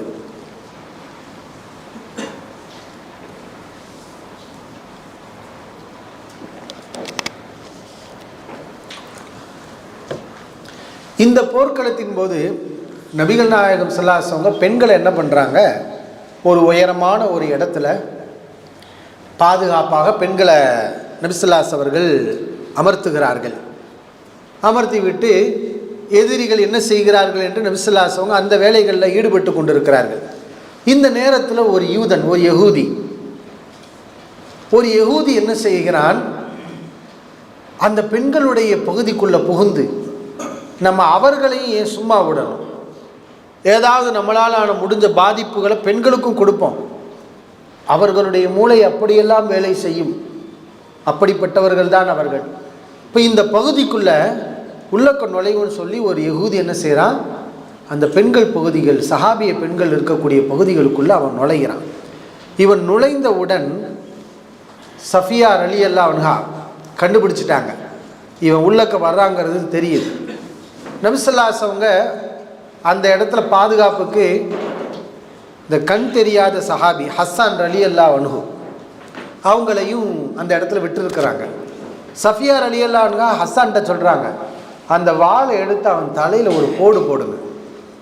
ஹஸ்ஸான், அப்படி போடுறதா இருந்தால் நான் ரசூல்லாவோடு இருந்திருப்பேன், நான் ஏன் உங்களோட நிற்கிறேன், எனக்கு கண்ணு தெரியலை, அதை செய்ய முடியாதுன்னு சொல்லி தான் ரசூல் ஸல்லல்லாஹு அலைஹி வஸல்லம் இங்கே நிப்பாட்டியிருக்காங்க. இங்கேயும் வந்து வாள் எடுத்து அவன் தலையில் போடுன்னு சொன்னால் அது எப்படி எனக்கு முடியும், என்னால் அது முடியாதுன்னு சொல்லிட்டாங்க. சஃபியா ரலியல்லாஹு அன்ஹா பார்த்தாங்க, நம்மளே வாளை தூக்கிடுவோன்னு சொல்லி வாளை எடுத்து ஒரு வெட்டு தான், அவன் தலை துண்டாக போயிடுச்சு. இப்போ எவ்வளோ வீரமுள்ள பெண்ணாக இருந்திருக்காங்கன்னு பாருங்கள். வாளை தடவை எடுக்கிறாங்க. அதாவது அந்த நேரம் அந்த ஈமானிய உறுதி, இப்போ நாம் பெண்களை பாதுகாக்கணும், இவன் கதையை முடிக்கணும், அதுக்கு என்ன செய்கிறது, வாளை எடுத்து அவன் தலையை வெட்டிட்டாங்க. அதுக்கப்புறம் அவங்களுடைய மூளை எந்த அளவுக்கு யோசிக்குதுன்னு பாருங்கள். அந்த அந்த அவர்கள் இருக்கக்கூடிய இந்த பகுதியை சுற்றி நிறைய யகூதிகள் குழும்பி இருக்கிறாங்க. அந்த யகூதிகள் பெண்கள் என்ன பண்ணுறாங்கன்னு உளவு பார்க்குறதுக்காகத்தான் இவன் ஒரு ஆளை உள்ளக்க அனுப்பியிருக்கிறாங்க. சஃபியா ரலியல்லாஹு அன்ஹா அவன் தலையை வெட்டி ஹஸ்ஸான்கிட்ட சொன்னாங்க, ஹஸ்ஸானே, இவன் காதை பிடிச்சி இந்த தலையை தூக்கி எறிங்க, அந்த யூதர்களிடத்தில் இந்த தலையை நீங்கள் தூக்கி எறியுங்கள். ஹஸ்ஸான் ரலியல்லாஹு அன்ஹு அது எனக்கு முடியாது, நான் அங்கிட்டு எரிபோல வேற எங்கிட்டாவது எரிஞ்சிட்டா என்ன செய்ய, அது முடியாது என்று சொல்லிவிட்டார்கள். சஃபியா ரலியல்லாஹு அன்ஹா அவனுடைய தலையை அந்த யூதர்களுடைய பகுதியில் தூக்கி எறிஞ்சாங்க. இவர்களுடைய இந்த வீரதீரமிக்க இந்த செயலில் ஏற்பட்ட ஒரு மிகப்பெரிய மாற்றம், அவ்வளவு யகூதிகளும் பயந்து நடுங்கி போனார்கள். இன்னும் ஒரு ஆள் நம்ம ஆள் அனுப்பணும், தலை துண்டா தனியாக வருது, உள்ளக்க யார் இருக்கிறா, பயங்கரமான ஆட்கள் இருக்கிறாங்க போல, அரண்டு போயிட்டான். நபிசல்லாசவங்க பெண்களை மட்டும் தனியாக விட்டுட்டு போல, உண்மை பெண்கள் மட்டும் தான் இருக்கிறாங்க அங்கே. துணைக்குன்னு பார்த்தா கண் தெரியாது இந்த சஹாபி ஹஸ்ஸான் ரலியல்லாஹு அன்ஹு இருக்கிறார், அவ்வளவுதான். ஆனால் இவர்களுடைய இந்த வீரதீர செயலால் ஏற்பட்ட மாற்றம் என்னென்னா, அவ்வளவு யகூதிகளும் பயந்து போய் நம்ம உள்ளக்க போகக்கூடாது, போனால் நமக்கு இதே கதி தான் ஏற்படும் சொல்லி பின்வாங்கி சென்று விட்டார்கள் என்று நம்ம பார்க்குறோம். இப்போ இந்த மாதிரி ஒரு துணிச்சல், எதிரியை கண்டால் பயந்து ஓடாமல், அவனிடத்தில் அடியை வாங்காமல் அவனை எதிர்த்து நிற்கக்கூடிய ஒரு வீரப்பெண்ணாக இந்த சஃபியா ரலியல்லாஹு அன்ஹா அவர்களை நம்மால் பார்க்க முடிகின்றது.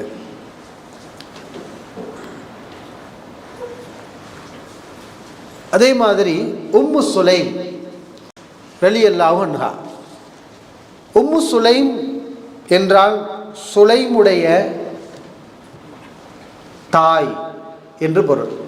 இவர்களுக்கு சுலைம் என்று ஒரு மகன் இருக்கிறது. இவர்களுடைய பெயர் ருமைசா, இவர்களுடைய இயற்பெயர் ருமைசா ரலியல்லாஹு அன்ஹு அவர்கள். நபிகள் நாயகம் ஸல்லல்லாஹு அவர்கள் இவங்கெல்லாம் உயிரோடு இருக்கும்போது, நான் சுவனத்திலே ருமைசாவை கண்டேன் என்று சொன்னார்கள். இது பெரிய பாக்கியம் இல்லையா? உலகத்தில் உயிரோடு வாழும்போதே நான் ருமைசாவை சுவனத்தில் கண்டேன் என்று நபி ஸல்லல்லாஹு அலைஹி அவர்களால் சுவனவாசிகள் என்று சொல்லப்பட்ட ஒரு தலை சிறந்த ஒரு சஹாபிய பெண்மணி, அன்சாரி குலத்தை சார்ந்த பெண்மணி தான் உம்மு சுலைம் ரலியல்லாஹு அன்ஹா. இவங்களுடைய வரலாற்றில் நிறைய தகவல்கள் இருக்குது, சுவாரஸ்யமான தகவல். இவர்களுடைய கணவர் யார்? அபு தொல்ஹா. இவர்களுடைய கணவர் அபு தொல்ஹா ரலியல்லாஹு அன்ஹு அவர்கள். அபு தொல்ஹா என்றாலே நமக்கு வரலாற்றில் ஞாபகத்துக்கு வருவது யார்? அபு தொல்ஹான்னு சொன்னால் சில சம்பவங்கள் நம்முடைய நினைவுக்கு வருமா இல்லையா? பைருஹா. பைருஹா, நீங்கள் விரும்பக்கூடியதை செலவு செய்யாத வரை நீங்கள் நன்மையை அடைய முடியாது. லன் தனாலுல் பிர்ர ஹத்தா துன்ஃபிகு மிம்மா துஹிப்பூன் என்ற அந்த ஆயத்து இறங்கியவுடன் மஸ்ஜிது நபவிக்கு எதிர்த்தாற்போல் இருக்கக்கூடிய மதுரமான தண்ணீர் கொண்ட ஒரு நல்ல தோட்டம், விலையுயர்ந்த தரமான தோட்டம் தான் பைருஹா. அன்னைக்கு பைருஹா என்பது விலை மதிக்க முடியாத ஒரு சொத்து. அப்படிப்பட்ட இந்த தோட்டத்தை இந்த ஆயத்தை இறங்கிய பிறகு அல்லாஹ்வின் தூதர் ஸல்லல்லாஹு அலைஹி அவரிடத்தில் வந்து, அல்லாஹ்வின் தூதர்கள் அல்லாஹ் இவ்வாறு சொல்லியிருக்கிறான், நீங்கள் விரும்பக்கூடியதை கொடுக்கணும்னு. என் செல்வத்திலேயே நான் ரொம்ப விரும்பக்கூடிய இந்த பைருஹா தான் அல்லாஹ்வுக்காக கொடுக்குறேன், வச்சுக்கோங்க அப்படின்னு அதை அல்லாஹ்விற்காக கொடுக்க முன் வந்தவர்கள் அபு தொல்ஹா ரலியல்லாஹு அன்ஹு அவர்கள். இந்த அபு தொல்ஹா ரலியல்லாஹு அன்ஹு அவர்கள் இப்படியெல்லாம் இஸ்லாத்திற்கு வந்து பல்வேறு தியாகங்களை செய்தார்கள். அவர்களை இஸ்லாத்துக்கு கொண்டு வந்தவர்களும் யார்? உம்மு சுலைம் ரலியல்லாஹு அன்ஹா அவங்க தான்.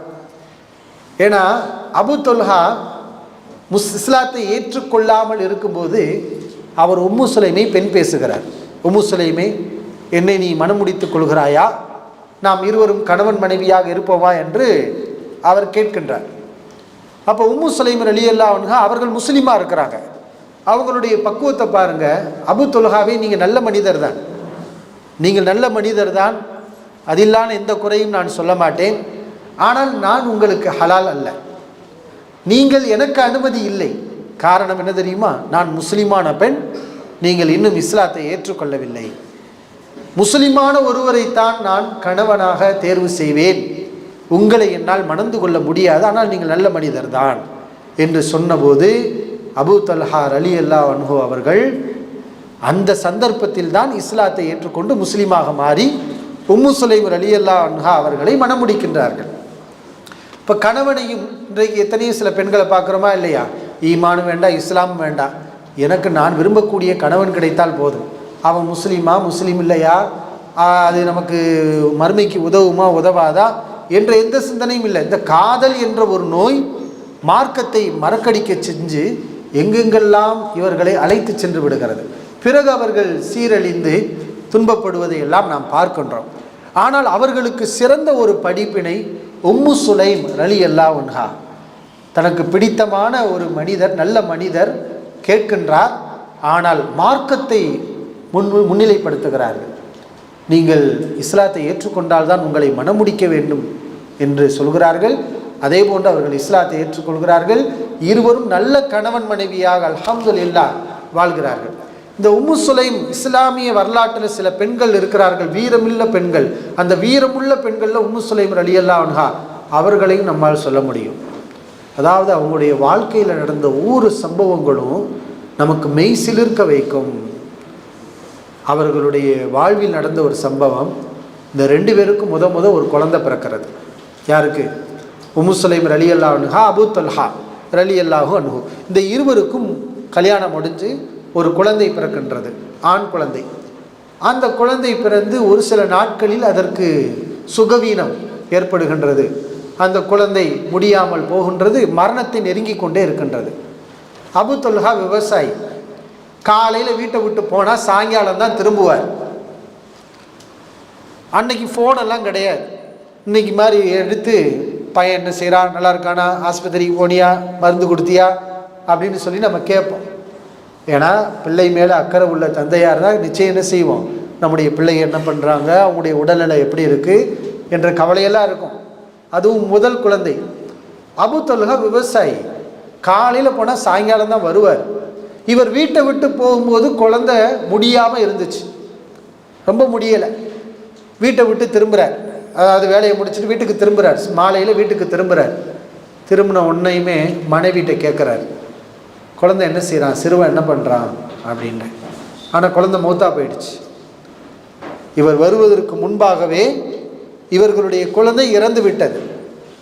பொதுவாக குழந்தை இறந்தால் தாய்க்கு அதிக வேதனை இருக்குமா, தந்தைக்கு அதிக வேதனை இருக்குமா? 2 பேருக்கும் வேதனையாக தான் இருக்கும். ஆனால் அதிக வேதனை யாருக்கு இருக்கும்? தாய்க்கு தான் இருக்கும். காரணம், அந்த குழந்தையை பெற்றெடுத்து அதிலே பல்வேறு நோவினைகளை அனுபவித்து தன்னுடைய இரத்தத்தை அதற்கு கொடுத்து, இப்படி அந்த குழந்தையை பெற்றெடுத்த பிறகும் தன்னோடு அரவணைத்து கொண்டே அந்த குழந்தைக்கு உணவு ஊட்டி, இப்படியெல்லாம் அதிகம் தியாகம் செய்தவர்கள் கணவனை விட மனைவிமார்கள் தான், தாய்மார்கள் தான்.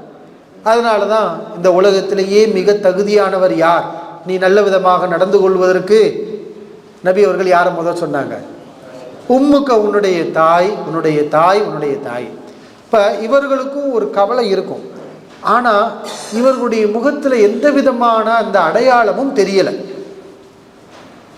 ஒரு தாயாக இருக்கிறாங்க, குழந்தை இழந்திருக்கிறாங்க, ஒரு அழுகை, கண் சிவந்திருக்க, உன்னுடைய கண் சிவந்திருக்கிறதே ஏன் ஒரு மாதிரியாக இருக்கிற, அப்படி எந்த ஒரு அடையாளமும் தெரியவில்லை. கணவன் கேட்குறார், குழந்தை என்ன செய்கிறான், முடியாமல் இருந்தானே, இப்போ எப்படி இருக்கிறான்? அதற்கு அவங்க பதில் சொல்கிறாங்க, பொய்யும் கிடையாது, ஆனால் குழந்தை இறந்துச்சுங்கிற தகவலும் அதில் புரிஞ்சு கொள்ள முடியாது. அப்படிப்பட்ட ஒரு வார்த்தையை சொல்கிறாங்க. முதலில் இருந்ததை விட இப்போது நன்றாகவே இருக்கின்றான், முன்னாடி இருந்ததை விட இப்போது நன்றாகவே இருக்கின்றான். இதை எப்படி விளங்கிக்கிறது? அபூ தல்ஹா எப்படி விளங்கிக்கிட்டார்னா, முடியாமல் இருந்தால் இப்போ கொஞ்சம் உடம்பு சரியாக இருக்குன்னு விளங்கிக்கிட்டார். ஆனால் உம்மு சுலைம் ரலியல்லாஹு அன்ஹா அந்த அர்த்தத்தில் சொல்லலை. என் பிள்ளை இந்த உலகத்தில் உயிரோடு இருக்கும்போது அவன் கஷ்டப்பட்டுக்கிட்டே இருந்தான், அவன் வேதனைப்பட்டு கொண்டே இந்த குழந்தை இருந்தது. ஆனால் இப்போது அவன் ரூஹு சென்று விட்டது, அல்லாட்ட போய்கிட்டான். இப்போ அந்த குழந்தை எப்படி இருக்கும்? அதாவது உலகத்தில் உயிரோடு இருக்கிற வரைக்கும் தான் நமக்கு சிரமம். நாம் அல்லாஹ்கிட்ட போயிட்டோன்னு வைங்களேன், இந்த சிரமமே இருக்காது. நபி ஸல்லல்லாஹு அலைஹி வஸல்லம் அவங்களுடைய அந்த கடைசி நோவினையின் போது ஃபாத்திமா ரலியல்லாஹு அன்ஹா அழுவாங்க. அப்போ கூட நபி அவர்கள் இந்த வார்த்தையை தான் சொல்லுவாங்க, இன்னைக்கு மட்டும்தான் உன் தகப்பனாருக்கு சிரமம், ஃபாத்திமாவே உன் தகப்பனார் இன்னைக்கு ஒரு நாள் மட்டும்தான் கஷ்டப்படுவார், அதுக்கப்புறம் அவர் கஷ்டப்பட மாட்டார் அப்படின்ட்டாங்க. அப்படின்னா என்ன அர்த்தம்? என்னைக்கு இந்த ரூஹ் பிரிகிறதோ, யா ஐயத்துஹன் நஃப்சுல் முத்துமைன்னா, அது நிம்மதி பெற்ற ஆத்மாவாகி விடுகிறது. இஸ்லாமிய நம்பிக்கையின் அடிப்படையில் அல் அப்து எஸ்தரீஹு மின் நஸபி துன்யாவாதாஹா இலா ரஹ்மத்தில்லா. ஒரு அடியான் மௌத்தாகிவிட்டால் இந்த உலகத்தின் துன்பங்கள் துயரங்களில் இருந்து விடுபட்டு அல்லாஹ்வுடைய அருளை நோக்கி, ரஹ்மத்தை நோக்கி அவன் சென்று விடுகிறான், ஓய்வு பெற்று விடுகிறான், நிம்மதி அடைந்து விடுகின்றான். அந்த ஈமானில் இந்த வார்த்தையை சொல்கிறார்கள் உம்மு சுலைம் ரலியல்லாஹு அன்ஹா. அவன் முன்னால் இருந்ததை விட இப்போ நல்லாவே இருக்கிறான் அப்படின்னு சொன்னாங்க. எதுக்கு இப்படி சொன்னாங்கன்னா அதுக்கு ஒரு காரணம் இருக்குது. தெளிவாக சொல்லியிருக்கலாம், குழந்தை மூத்தா போச்சுன்னு. அதை சொல்லாமல் கணவனுக்கு மறைக்கிறாங்க. இப்போது அபூ தொல்ஹா என்ன செய்கிறாரு? அன்றைய இரவு சாப்பிடுகிறார், அன்றைய இரவு மனைவியுடன் சந்தோஷமாக இருக்கின்றார், நிம்மதியாக உறங்குகின்றார். காலை விடுகிறது. விடிந்தவுடன் உம்மு சுலைம் ரலியல்லாஹு அன்ஹா இப்போ கணவர்கிட்ட வந்து அதையும் எவ்வளவு பக்குவமாக சொல்கிறாங்கன்னு பாருங்கள். அபூ தொல்ஹாவே, ஒரு பொருளை ஒருவரிடத்தில் நம்ம இரவல் வாங்குகிறோம். பொருளை கொடுத்தவர்கள் மறுபடியும் திருப்பி கேட்டால் நாம் என்ன செய்ய வேண்டும்? ஒரு ஆள்கிட்ட ஒரு பொருளை கொஞ்சம் கொடுங்க, நான் யூஸ் பண்ணிட்டு தர்றேங்கிறோம். பொருளுக்குரியவங்க திருப்பி கேட்குறாங்க, நம்ம என்ன செய்யணும்? அதை கொடுக்கத்தான் வேண்டும். அபூ தொல்ஹா சொல்கிறார். அப்படியானால் அல்லாஹ் நமக்கு கொடுத்த பொருள், நம்முடைய குழந்தை நேற்று இரவே அது மரணித்து விட்டது, நீங்கள் பொறுமையாக இருங்கள். கணவனுக்கு இவ்வளவு பக்குவமாக சபரை போதிக்கக்கூடிய பெண்தான் உம்மு சுலைம் ரலியல்லாஹு அன்ஹா. எவ்வளோ பெரிய ஒரு மன தைரியம்! இப்போ இஸ்லாமிய அறிஞர்கள் ஒன்று சொல்கிறாங்க, பொதுவாக நமக்கு துன்பம் ஏற்படும் போது நம்ம என்ன செய்வோம்? சபர் செய்யுங்க, பொறுமையாக இருங்க அப்படின்னு சொல்கிறோம். சபருங்கிறது என்ன? சபருடைய விளக்கம் என்ன? நம்ம பல்வேறு சபைகளில் கேள்விப்பட்டிருப்போம். சபர்னா எது? சபர் தெரிந்தவர்கள் சொல்லலாம். பொறுமை. பொறுமையின் விளக்கம் என்ன? ஆரம்ப நிலையில் பொறுமையாக இருக்கணும். சபர் என்றால் கட்டுப்படுத்திக் கொள்வதுன்னு அர்த்தம். நம்மை நாம் கட்டுப்படுத்திக் கொள்வது. அல்லாஹ்விற்கு பிடிக்காத காரியத்தை செய்யாமல் நம்மை நாம் கட்டுப்படுத்தி கொண்டால் அதான் சபர்.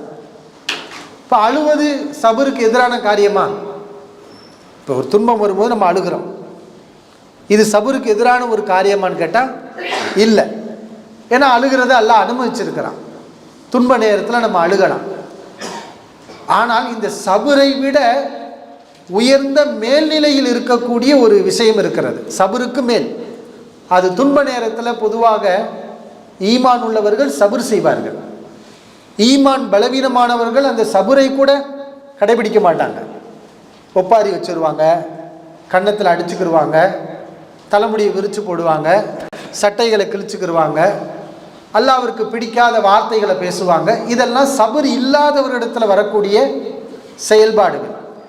ஈமான் உள்ளவர்கள் இது மாதிரி மார்க்கத்துக்கு முரணான எந்த காரியத்தையும் செய்யாமல் தங்களை தாங்கள் அவர்கள் கட்டுப்படுத்தி கொள்வார்கள். அவர்கள் சபராளிகள். ஆனால் இந்த சபருக்கு மேல் ஈமானில் உச்சகட்ட ஒரு நிலை இருக்கிறது.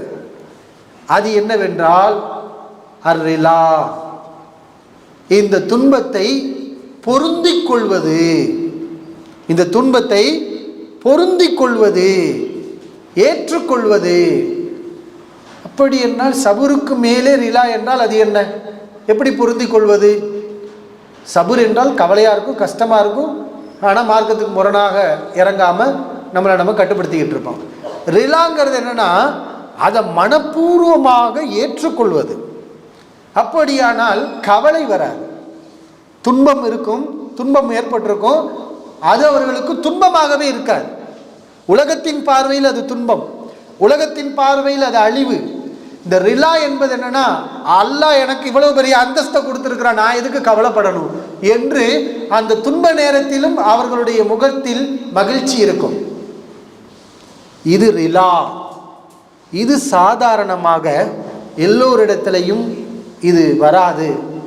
ஈமானில் உயர்ந்த நிலையில் இருக்கிறார்களே அவர்களிடத்தில் தான் இந்த துன்பத்தை பொருந்திக் கொள்வது, என்ற ரிலா என்ற அந்த தன்மை இருக்கும் என்று இஸ்லாமிய அறிஞர்கள் சொல்கிறாங்க. இப்போ அந்த தன்மைக்குரியவர்களாக உம்மு சுலைம் ரலியல்லாஹு அன்ஹாவை நம்ம பார்க்க முடிகிறது. பொதுவாக உலகத்தின் இயல்பு, ஒரு குழந்தை இறந்திருக்கிறது என்றால் எப்படி இந்த தாயாரால் இப்படி இருக்க முடியுது? சில பேர் மார்க்க விவரம் இல்லாதவங்க இந்த செய்தியை, இந்த ஹதீஸ், இது சஹீஹான முஸ்லீமில் இருக்கக்கூடிய ஆதாரபூர்வமான செய்தி, ஆனால் இந்த செய்திகளை இந்த மார்க்க அறிவில்லாதவங்க என்ன பண்ணுறாங்கன்னா குறை கூட காணுகிறார்கள். இது எப்படி உண்மையாக இருக்கும்? இவ்வளோ பெரிய ஒரு துன்பம் ஏற்பட்டிருக்கு, எப்படி இவர்கள் இரவிலே ஒன்றாக கழித்திருப்பார்கள் என்று இதை ஒரு கேள்வியாக கேட்குறாங்க. அது அவங்களுக்கே பிரச்சனை இல்லை, உனக்கு என்ன பிரச்சனை? இப்போ இவர்களுடைய இந்த குதர்க்கமான விஷயங்கள் நம்ம பார்க்குறோம். இப்போ இது என்னன்னா ஈமானின் பிரேக் ஆகும், ஈமானில் உயர்ந்தவர்களுடைய ஒரு நிலையாக நம்ம உம்மு சுலைம் ரலியல்லாஹு அன்ஹா அவங்கள நம்ம பார்க்குறோம். அவங்கள பற்றி உள்ள ஒரு முக்கியமான ஒரு வீரதீரமான ஒரு செயல் இருக்கின்றது. அதற்கு முன்னதாக ஒரு சிறிய இடைவேளை, நம்மை நாம் உற்சாகப்படுத்தி கொண்டு மறுபடியும் தொடர்ந்து ஆர்வமாக இந்த வகுப்பிலே நாம் பயணிக்க வேண்டும். இடைவேளைக்கு பிறகு தொடரும் இன்ஷா அல்லாஹ். அஸ்ஸலாமு அலைக்கும் வரஹ்மத்துல்லாஹி வபரகாத்துஹு. அல்ஹம்துலில்லாஹி ரப்பில் ஆலமீன், வஸ்ஸலாத்து வஸ்ஸலாமு அலா ரசூலினா முஹம்மதின் வ அலா ஆலிஹி வ ஸஹ்பிஹி அஜ்மஈன். அன்பார்ந்த சகோதரர்களே, உம்மு சுலைம் ரலியல்லாஹு அன்ஹா அவர்களுடைய பொறுமை, அல்லாஹ்வின் தீர்ப்பின் மீது அவர்கள் கொண்டிருந்த ஆர்வம், இவற்றை நாம் பார்த்தோம். ஆனால் கணவர் அபூ தல்ஹா ரலியல்லாஹு அன்ஹு அவர்களுக்கு இந்த சந்தர்ப்பத்தில் மனதிலே ஒரு சங்கடம் ஏற்படுகின்றது. இதை ஏன் இரவிலே சொல்லவில்லை? இவ்வளவு தாமதமாக பகல் நேரத்தில் சொல்ல வேண்டும், ஏன் இரவில் சொல்லவில்லை? உம்மு சுலைம் ரலியல்லாஹு அன்ஹா பகலில் எதுக்கு சொல்லணும்? அதுக்கு காரணம் புரிகிறதா? நான் கேட்குற கேள்வி புரியுதா? இதை இரவில் சொல்லாமல் பகலில் விடிந்தவுடன் கணவரிடத்திலே தாமதப்படுத்தி தெரிவிக்க வேண்டிய காரணம் என்ன? என்ன காரணமாக இருக்கும்? தெரிந்தவர்கள் சொல்லலாம்.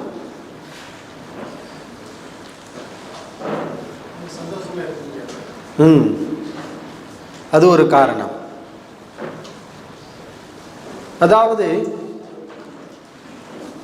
கணவனின் மீது அக்கறை, கணவனுடைய நலனில் அக்கறை.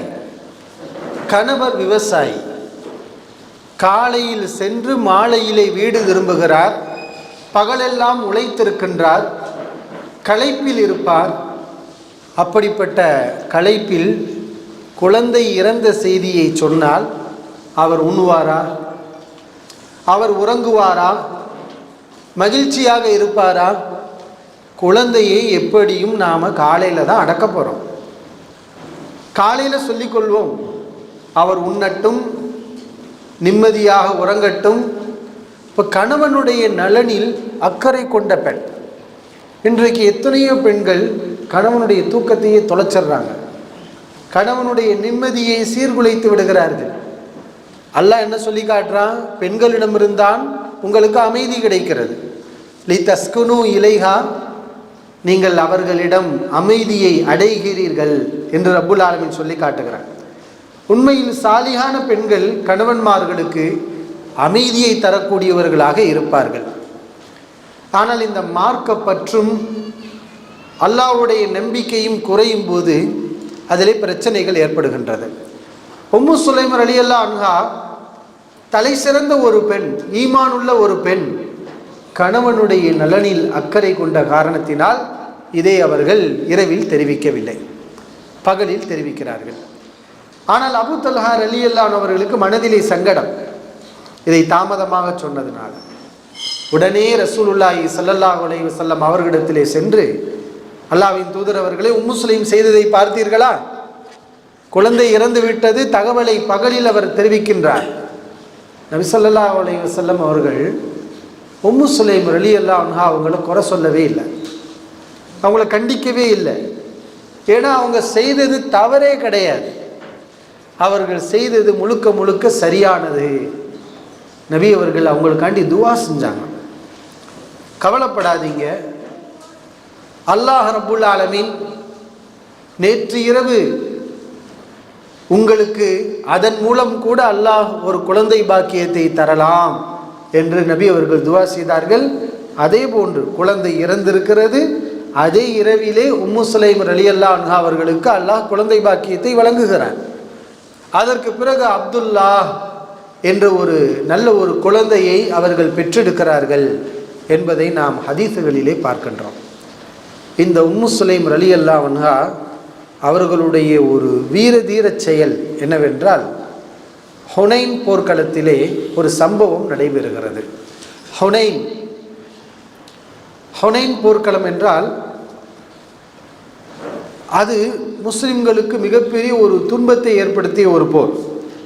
காரணம், முஸ்லிம்கள் இதில் ரொம்ப அதிகமாக இருந்தாங்க. 10,000க்கும் அதிகமான சஹாபாக்கள் இருந்தார்கள். இதற்கு முன்னால் நடந்த போர்களிலெல்லாம் இந்த அளவுக்கு எண்ணிக்கை இருக்கலை. எல்லாம் பத்ர் போரில் எவ்வளவு 300 சொச்சம், உஹது போரில் எவ்வளவு 1000 சொச்சம், இப்படி தான். அதுக்கப்புறம் 3000, இந்த அளவில் தான் இருந்தாங்க. ஆனால் இந்த போர்க்களத்தில் முஸ்லிம்களுடைய கூட்டம் பார்த்தால் மிகப்பெரிய ஒரு கூட்டம். அல்லாஹ் சொல்லி காட்டுறான், இது அஜபத்துக்கும் கசரத்துக்கும் ஃபலம் துக்னி அன்கும் ஷைஆ. உங்களுடைய அதிகமான இந்த எண்ணிக்கை உங்களுக்கு மமதையை ஏற்படுத்தியது, உங்களை ஈர்த்தது.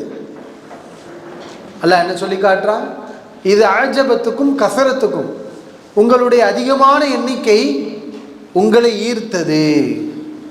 ஆனால் அந்த கூட்டத்தால் உங்களுக்கு ஒரு நன்மையும் ஏற்படவில்லை. ஃபலம் துக்னி அன்கும் ஷைஆ, இது உங்களை கொஞ்சம் கூட காப்பாற்றவில்லை. அல்லாஹ் சொல்லி காட்டுறான். இப்போ அவ்வளோ பெரிய சஹாபாக்கள் பட 10,000க்கு மேற்பட்டவங்க இருக்கிறாங்க. அல்லாஹ் சொல்லி காட்டுறான், அது உங்களை ஈர்த்தது. இப்போ கூட்டம் என்பது ஈர்க்கும். இதுலேருந்து நம்ம என்ன புரிகிறோம், இந்த கூட்டங்களை கூட்டுவதும் மிகப்பெரிய, நாங்கள் பார்த்தீங்களா பல்லாயிரக்கணக்கான பேராக இருக்கிறோம், இதுவெல்லாம் நம்ம ஈர்க்கக்கூடிய விஷயங்கள், நமக்கு மமதையை ஏற்படுத்தும். அப்படி என்றால் நம்மை கிறுக்காக மாற்றும்னு அர்த்தம். இந்த கூட்டம் என்பது நம்முடைய மூளையை மழுங்கடிக்கும். இதுதான் ஹுனைன் போர்க்களத்தில் சஹாபாக்களுக்கு ஏற்பட்டது. ஆனால் இந்த கூட்டத்தால் ஏதாவது நன்மை ஏற்பட்டதா? இவ்வளவு 10,000 பேர் இருந்தாங்க. ஆனால் எதிரிகள் அம்பை எறியும் போது திடீரென்று தாக்குதல் வந்ததால் அதை எப்படி சமாளிப்பது என்று தெரியாமல் இவ்வளவு பெரிய பெரிய கூட்டம் பின்வாங்கி ஓட ஆரம்பித்தது. இப்போ கூட்டத்தால் எதையும் செய்ய முடியும்னா, இவ்வளோ பெரிய கூட்டத்தை கொண்ட அந்த போர்க்களத்தில் ஏன் இவ்வளோ பெரிய கூட்டம் பின்வாங்கி ஓடணும்? அது ஒரு பலகீனம், அவ்வளவுதான். இப்போ மறுபடியும் எப்படி அவர்கள் மறுபடியும் திரும்பி வந்தார்கள்? எப்படி திரும்பி வந்தார்கள்? நபிகள் நாயகம் ஸல்லல்லாஹு அலைஹி வஸல்லம் அவர்களுடைய வீர தீரமிக்க உரைகளால் ஓடியவர்களை மறுபடியும் போர்க்களத்துக்கு இழுத்து வந்தது ரசூலுல்லாஹி ஸல்லல்லாஹு அலைஹி வஸல்லம் வார்த்தை. அந்த போர்க்களத்திலே நபி அவர்கள் பார்க்கிறார்கள், இவர்கள் பின்வாங்கி ஓடுகிறார்கள் நம்முடைய படையினர். நபி ஸல்லல்லாஹு அலைஹி வஸல்லம் அவர்கள் தன்னுடைய கோவேரி கழுதையின் மீது ஏறி உட்கார்ந்து கொண்டு சொன்னவர்கள், அனன் நபி லா கதீப், அன இப்னு அப்துல் முத்தலிப் லா கதீப், நான் தான் நபி, இதில் எந்த பொய்யும் இல்லை. எதிரிகளை பார்த்து சொல்கிறார்கள், நபியை கொல்வதற்காகத்தானே வந்திருக்கிறீர்கள், அந்த நபி நான் தான், பொய் இல்லை, வாருங்கள். அப்துல் முத்தலிபுடைய பேரனைத்தானே நீங்கள் எதிர்பார்த்து கொண்டிருக்கிறீர்கள், அந்த அப்துல் முத்தலிபுடைய பேரன் நான் தான், பொய் இல்லை, வாருங்கள் என்று சொல்கிறார்கள். ஓடியவர்கள் எல்லாம் திரும்பி பார்க்கிறார்கள். யாருடைய குரல்? நபிகள் நாயகம் ஸல்லல்லாஹு அலைஹி வஸல்லம் குரல். நாம் உயிருக்கு பயந்து ஓடுகிறோம், அல்லாஹ்வுடைய தூதரோ தன்னந்தனியாக நின்று கொண்டு என்னை நோக்கி வாருங்கள், நான் இங்குதான் இருக்கிறேன், வாருங்கள் என்று எதிரிகளை அழைக்கிறார்கள். இது நமக்கு கேவலம் இல்லையா, அவமானம் என்று சொல்லி ஓடியவர்கள் மறுபடியும் திரும்பி வந்தார்கள். பிறகு அல்லாஹ் ரப்புல் ஆலமீன் அந்த போர்க்களத்தில் முஸ்லிம்களுக்கு வெற்றியை கொடுத்தான். இப்போ இது கதை அல்ல, கற்பனை அல்ல. உண்மையில் வீரம் என்பது நம்முடைய உள்ளத்தில் இருக்க வேண்டும். நம்முடைய உள்ளத்தில் இருக்கக்கூடிய அந்த ஈமானிய வலிமைதான் நமக்கு வெற்றியை பெற்றுத்தருமே தவிர, தலைகள் அதிகமாக இருந்தால், கூட்டங்கள் நிரம்பி வழிந்தால் நாம் சாதித்து விட முடியும் என்பது பொய். அதனால் எந்த நன்மையும் இல்லை என்று அல்லாஹ் ரப்புல் ஆலமீன் சொல்லி காட்டுகிறான். இப்போ இப்படிப்பட்ட போர்க்களம் இந்த ஹுனைன் போர்க்களம், முஸ்லிம்கள் பின்வாங்கி ஓடிய ஒரு போர்க்களம் ஹுனைன் போர்க்களம். இந்த போர்க்களத்தில் உம்மு சுலைம் ரலியல்லாஹு அன்ஹா அவங்கள கணவர் அபூ துல்ஹா பார்க்குறார்.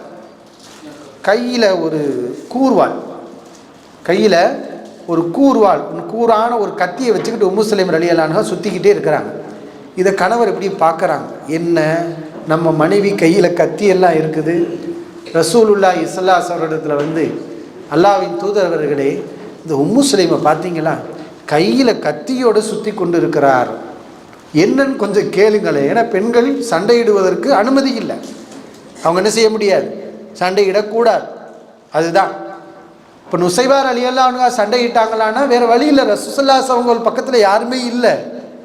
ஆண்கள் இருந்திருந்தால் இவங்க போயிருக்க மாட்டாங்க, யாருமே இல்லை. முஸாப் பின் உமைர் 1-2 பேர் தான் நிற்கிறாங்க, ஒரு ஆள் வெட்ட வர்றான், நம்மளால் ஆன முடிஞ்ச உதவியை செய்யணுங்கிறதுக்காக அவர்கள் அந்த நிலைக்கு தள்ளப்பட்டார்கள். இப்போ நபி அவர்கள் உம்மு சுலைம் ரலியல்லாஹு அன்ஹாவை கூப்பிட்டு கேட்குறாங்க, உம்மு சுலைமி இது என்ன, ஏன் நீங்கள் இந்த கத்தியை தூக்கி கொண்டு திரிகின்றீர்கள்?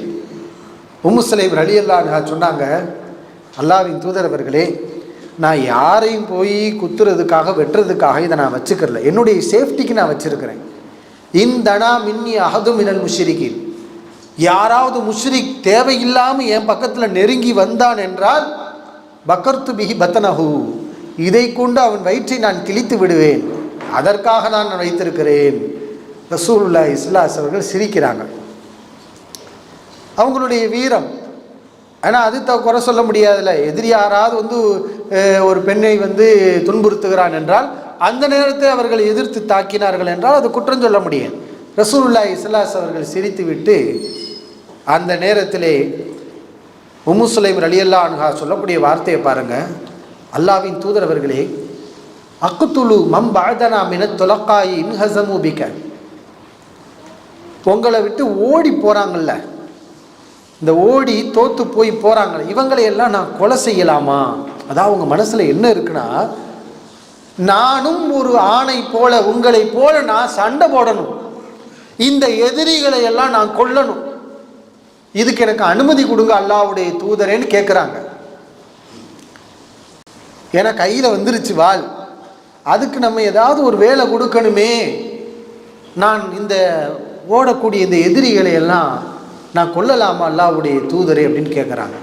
ரசூலுல்லாஹி ஸல்லல்லாஹு அலைஹி வஸல்லம் அவர்கள், யா உம்மு சுலைமே, இன்னல்லாஹ கது கஃபா வஹ்சன, அல்லாஹ்வே அனைத்தையும் பார்த்து கொண்டான், இந்த போர்க்களத்தில் மிக ஒரு பெரிய உதவியை நமக்கு செஞ்சு ஒரு நல்ல நிலையை ஏற்படுத்தி இருக்கிறான், இதில் நீங்கள் இவ்வாறு செய்ய வேண்டும்ங்கிற அவசியம் இல்லை என்று ரசூலுல்லாஹி ஸல்லல்லாஹு அலைஹி வஸல்லம் அவர்கள் சொன்னார்கள்ங்கிறத நம்ம பார்க்குறோம்.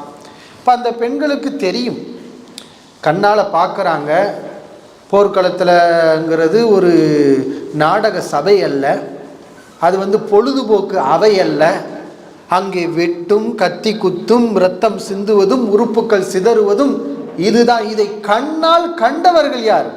இந்த சஹாபிய பெண்கள். காரணம், இவர்கள் இரத்தத்தை பார்த்து கொண்டே இருப்பார்கள். சஹாபாக்களுக்கு வெட்டுக்கள் விழும்போது அந்த காயங்களுக்கு களிம்பு தடவக்கூடியவர்கள் இவர்கள் தான். கீழே ஷஹீதாக வெட்டுப்பட்டு எழ முடியாமல் கிடக்கக்கூடியவர்களை தூக்கி இழுத்து வந்து கூடாரத்திலே வந்து அவர்களை பராமரிப்பவர்களும் இவர்கள்தான். இப்போ இதையெல்லாம் பார்த்தவர்கள் பயப்படவில்லை, துவண்டு போகவில்லை, சோர்ந்து விடவில்லை, அவர்களுக்கு மென்மேலும் வீரம் அதிகமாகின்றது. நான் இந்த போர்க்களத்திலே பங்கெடுத்து எதிரிகளை வெட்டலாமா என்று கேட்கிறார்கள் என்றால் இவர்களுடைய ஈமானிய வலிமையும் மன உறுதியையும் நாம் சிந்தித்து பார்க்க கடமைப்பட்டு இருக்கின்றோம். இப்போ இந்த போர் செய்திகளை எல்லாம் நம்ம சொல்கிறோம், எதுக்கு? நம்ம எங்கேயாவது போர் போக போகிறோமா? சண்டை போட போகிறோமா? இல்லை. ஆனால் ஒரு உண்மை, அவர்களிடத்தில் இருந்த அந்த ஈமானிய உறுதி என்ற ஒரு விஷயம் நம்ம இங்கே புரிந்து கொள்ள வேண்டும். ஒருவேளை அப்படி அதற்கான சூழல் வந்தால் நாமும் அதற்கு தயாராக வேண்டும். ஆனால் சூழல் வராத போது நாமளே அந்த சூழல் என்ன செய்யக்கூடாது, உருவாக்கக்கூடாது. முடிந்த அளவு அந்த பிரச்சனைகள், நீங்கள் எதிரிகளை சந்திப்பதை விரும்பாதீர்கள் என்று சொன்ன மார்க்கம். நீங்கள் எதிரிகளை போர்க்களத்தில் சந்திப்பதை விரும்பாதீர்கள் என்று நபிகள் நாயகம் ஸல்லல்லாஹு அவர்கள் சொல்லியிருக்கிறார்கள். அல்லாஹ் உம்மு சுலைம் ரலியல்லாஹு அன்ஹா அவர்களுக்கு அருள் புரியட்டும். இப்படிப்பட்ட ஒரு வீர பெண்ணாக அவர்கள் வரலாற்றிலே இருந்திருக்கிறார்கள். அவர்களை போன்ற அந்த மன தைரியத்தையும் ஈமானிய உறுதியையும் நமக்கும் நம்முடைய பெண்களுக்கும் அல்லாஹ் ரப்புல் ஆலமீன் வழங்க வேண்டும். அடுத்து ஒரு சஹாபிய பெண்மணி யார் என்றால், மிகப்பெரிய ஒரு வீரப்பெண். பரவலாக வரலாற்றிலே இவர்களை பற்றி மிக குறைவாக அறியப்பட்டிருக்கலாம். நாமும் கூட இந்த சஹாபிய பெண்களுடைய தியாகங்களை தேடும்போது தான் இப்படிப்பட்ட ஒரு சஹாபிய பெண்ணும் இருக்கிறார்களே என்று பார்த்து நம்ம ரொம்ப ஆச்சரியப்பட்டிருக்கிறோம். அவங்க யார் என்றால் அஸ்மா பின்து யசீத். அஸ்மா என்று கேட்டால் இன்னொரு சஹாபியுடைய பேர் வரும், அஸ்மா பின்து அபிபக்கர். அபுபக்கர் ரலியல்லாஹுடைய மகள் அஸ்மா, அவங்க பேர் அஸ்மா தான். ஆனால் இப்போ நம்ம அறிந்து கொள்ள இருக்கின்ற சஹாபிய பெண் அஸ்மா ரலியல்லாஹு அன்ஹா. யார்? அன்சாரி. அஸ்மா பின்து அபிபக்கர் அன்சாரி இல்லை. அவங்க யார்? அவங்க முஹாஜிர், குறைஷி. இவங்க அன்சாரி. இவங்களுடைய தகப்பனார் பேர் யசீது. இவர்கள் ஒரு மிகப்பெரிய ஒரு வீர தீர மிக்க செயலை செய்கிறாங்க. என்னென்னா, எருமூக்கு போர்க்களம்.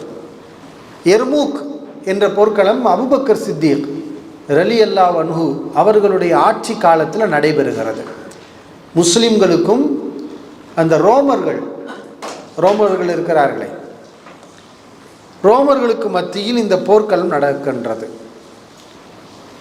அதாவது இஸ்லாமிய வரலாற்றை நம்ம தெரிஞ்சோம்னு சொன்னால், இன்றைக்கு நடக்கக்கூடிய பல்வேறு பிரச்சனைகள் எல்லாத்தையும் இந்த வரலாறோடு ஒப்பிட்டு பார்த்தா எல்லாவற்றுக்கும் கண்டிப்பாக ஒரு தொடர்பு இருக்குங்கிறத நம்ம என்ன செய்யலாம், பார்க்கலாம். இப்போ ரோமர்கள் அன்றைக்கு ஷாமை ஆதிக்கத்தில் வைத்திருந்தவர்கள், ஷாமை ஆண்டு கொண்டிருந்தவர்கள் தான் ரோமர்கள். அவர்களுடைய மன்னர் அதிபர் தான் ஹெர்குலிஸ் என்று சொல்லப்படுகிறது. இந்த போர்க்களத்தில், இந்த எர்மூக் போர்க்களத்தில் ஷாம் முஸ்லிம்களுடைய வசத்தில் வந்தது. அபூபக்கர் சித்திக் அவங்களுடைய ஹிலாஃபத்தில் இந்த போர்க்களத்தினுடைய இறுதியில் ஷாமை முஸ்லிம்கள் வெற்றி கொள்கிறார்கள். இது மிகப்பெரிய ஒரு படையை கொண்ட போர்க்களம். முஸ்லிம்களுடைய அணியில் 36,000 நபர்கள் கலந்து கொண்டார்கள். சஹாபாக்கள் அல்லாதவர்கள் என்று 36,000 முஸ்லிம்கள் இந்த போர்க்களத்திலே கலந்து கொண்டார்கள். எதிரிகளுடைய தரப்பில், ரோமர்களுடைய தரப்பில் பார்த்தா 2,40,000 பேர். எத்தனை மடங்கு அதிகம்? 2,40,000 பேர் என்று சொல்லப்படுகின்றது. இப்போ இந்த போர்க்களத்தில் ஹாலித் இப்னு வலீத், அபு உபைதா ரலியல்லாஹு அன்ஹுமா, இந்த இருவருடைய தலைமையில் இந்த போர்க்களம் நடைபெற்றது. இந்த போர்க்களத்தில் உள்ள ஒரு சம்பவம் தான் அஸ்மா பின்து யசீத் அவர்கள் செய்து காட்டிய வீரதீரமிக்க ஒரு செயல். இந்த அஸ்மா பின்து யசீத் யாருன்னா, முஆத் இப்னு ஜபல் ரலியல்லாஹு அன்ஹு நம்ம கேள்விப்பட்டிருப்போம். மிகச்சிறந்த ஒரு சஹாபி. அல் குர்ஆனை மனனமிட்ட காரிகளில், முழுமையாக மனனமிட்ட காரிகளில் ஒருவர் தான் யார்? முஆத் இப்னு ஜபல். அவர் அல் குர்ஆனை மனனமிட்ட ஹாஃபில் மட்டுமல்ல, அவர் ஒரு மிகச்சிறந்த ஆலிம். ஏனென்றால் மார்க்கத்தை கற்றுக் கொடுப்பதற்காக ஒரு ஊருக்கு ரசூலுல்லாஹி ஸல்லல்லாஹு அலைஹி அவர்கள் இந்த நபித்தோழரை தான் அனுப்புனாங்க. எந்த ஊருக்கு? யமனுக்கு அனுப்புனாங்க. யமன் தேசத்துக்கு ரசூலுல்லாஹி ஸல்லல்லாஹு அலைஹி அவர்கள் முஆத் இப்னு ஜபலை தான் என்ன செஞ்சாங்க, ரலியல்லாஹு அன்ஹு அவங்கள தான் அனுப்புனாங்க. இந்த அஸ்மா பின்த் யசீத் இவங்களுக்கும் முஆத் இப்னு ஜபல் அவர்களுக்கும் என்ன உறவுன்னு சொன்னால், முஆத் இப்னு ஜபல் ரலியல்லாஹு அன்ஹு அவர்களுடைய சிறிய தந்தையின் மகள், சாச்சாவுடைய மகள் தான் யார்? அஸ்மா பின்த் யசீத் ரலியல்லாஹு அன்ஹா. இந்த எர்மூக் போர்க்களத்தில் இவங்க என்ன பண்ணுறாங்கன்னா, எதிரி இவங்க பெண்கள் இருக்கக்கூடிய கூடாரத்துக்குள்ளே வந்துடுறாங்க. அந்த நேரத்தில் அந்த கூடாரத்தினுடைய தூண்கள், கூடாரத்தை நிறுத்தி இருப்பார்கள் அல்லவா தூண்கள், அந்த தூண்கள், அந்த இரும்பு கம்பிகளை அவர்கள் எடுத்துக்கொண்டு அந்த எதிரி கிட்டத்தட்ட 9 ரோமர்களை அந்த தூணாலே அடித்து கொலை செய்தார்கள் என்று நம்ம ஹதீஸுகளிலே பார்க்கின்றோம். ஆதாரபூர்வமான அறிவிப்பாகவே இருக்கிறது. இப்போ எப்படிப்பட்ட ஒரு பெண்ணாக இருந்திருப்பாங்க. 9 எதிரிகளை அந்த கூடாரத்தின் தூணை கையிலே எடுத்துக்கொண்டு அதை கொண்டு அந்த எதிரிகளை அவர்கள் வீழ்த்தினார்கள். மன உறுதி, ஈமானிய வலிமை. அந்த கடைசி நேரத்தில் அவர்கள் இப்படிப்பட்ட ஒரு வீரதீர செயலை செய்தார்கள் என்பதை நம்ம பார்க்குறோம். அல்லாஹ் அவர்களுக்கு அருள் புரியட்டும். சஹாபிய பெண்களில் நம்ம அடுத்து பார்க்க இருக்கின்ற பெண் உம்மு ஹராம் ரலியல்லாஹு அன்ஹா. உம்மு ஹராம் பின்து மில்ஹான், மில்ஹானுடைய மகள் உம்மு ஹராம் ரலியல்லாஹு அன்ஹா அவர்கள். இவர்கள் ஒரு மிகச்சிறந்த ஒரு சஹாபிய பெண்மணி. இவர்கள் யார் என்றால், நம்ம ஏற்கனவே சொன்னோம் இல்லையா, உம்மு சுலைம், அவங்களும் பின்து மில்ஹான் தான், மில்ஹானுடைய மகள் தான். இவங்களும் மில்ஹானுடைய மகள் தான். அப்படின்னா 2 பேர் யாரு? சகோதரி, அக்கா தங்கை. உம்மு சுலைம் ரலியல்லாஹு அன்ஹா அவர்களுடைய சகோதரி தான் உம்மு ஹராம் ரலியல்லாஹு அன்ஹா. இன்னும் இவர்களுடைய உடன் பிறந்த 2 சகோதரர்கள் ஹராம், சுலைம். இந்த 2 பேரும் பத்ர் போரில் கலந்து கொண்டவர்கள், உஹது போரில் கலந்து கொண்டவர்கள். பிர் மவுனா என்ற அந்த சம்பவத்தில் ஷஹீதாக்கப்பட்டவர்கள். அதாவது குடும்பமே எப்படி இருக்குன்னா, சகோதரர்கள் ஷஹீதாகிறாங்க. இப்படி ஒரு தியாகம் செய்யக்கூடிய ஒரு குடும்பத்தை சார்ந்தவர்கள் தான் உம்மு ஹராம் ரலியல்லாஹு அன்ஹா. இவர்களுடைய ஒரு தியாகத்தை பாருங்கள். அதாவது அன்றைக்கு பெண்களுடைய பங்களிப்பு என்னன்னு நம்ம தெரிஞ்சுக்கணும். போர்க்களத்தில் அன்றைக்கு பெண்களுடைய பங்களிப்பு, போர்க்களத்தில் ஏன் பெண்கள் வர வேண்டும், சஹாபிய பெண்கள் ஏன் வர வேண்டும் என்றால், நம்ம அதுக்குரிய காரணத்தை சொல்லியிருக்கிறோம். சஹாபாக்களுக்கு உதவி செய்வதற்காக. என்ன வருவாங்க, அவங்களுக்கு தண்ணீர் எடுத்து தருவதற்கும், நோயாளிகள் மருத்துவம் செய்வதற்கும், காயப்பட்டவர்களுடைய அந்த காயத்தை மருந்து போடுவதற்கும், இப்படிப்பட்ட ஒரு உதவிக்காக சஹாபிய பெண்கள் வந்திருக்கிறாங்க. அந்த போர்க்களத்தில் இப்படிப்பட்ட பணியில் ஈடுபட்ட பெண்கள் பார்த்திங்கன்னா கிட்டத்தட்ட நம்ம சில பெண்களை சொல்லியிருக்கிறோம். உம்மு அத்தியா ரலியல்லாஹு அன்ஹா அவங்கள சொன்னோம். அதே மாதிரி ஆயிஷா ரலியல்லாஹு அன்ஹா, உம்மு சுலைம் ரலியல்லாஹு அன்ஹா, அதே மாதிரி ஹம்னா பின்த் ஜஹ்ஷ், ஹம்னா ரலியல்லாஹு அன்ஹா, உம்மு ஐமன், இவங்களாம் நபி அவர்களுக்கு மிக விருப்பமான ஒரு சஹாபிய பெண்கள்.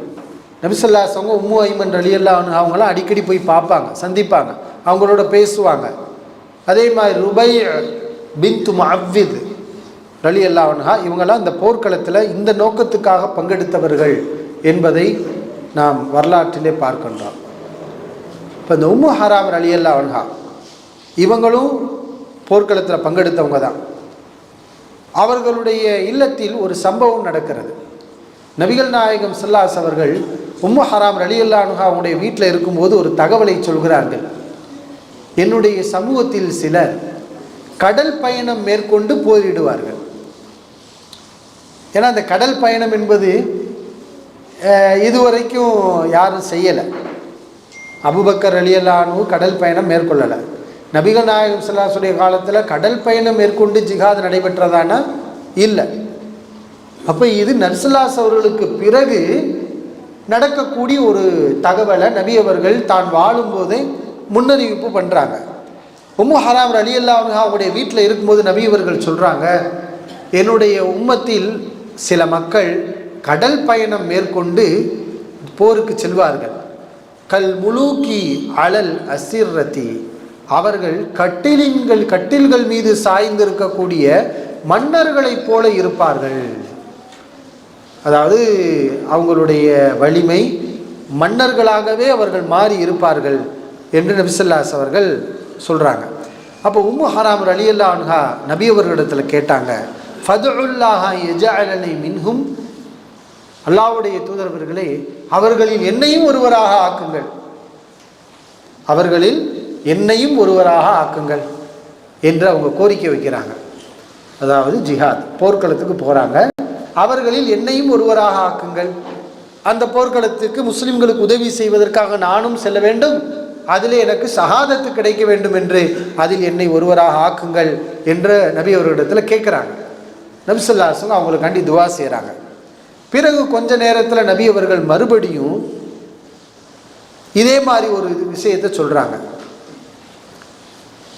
இது மாதிரி மறுபடியும் ஒரு கடல் பயணம் இஸ்லாமியர்கள் பிற்காலத்தில் மேற்கொள்வார்கள் சொல்லும்போது அல்லாஹ்வுடைய தூதரை அதிலும் என்னை ஒருவராக ஆக்குங்கள் என்று உம்மு ஹராம் ரலியல்லாஹு அன்ஹா சொல்கிறாங்க.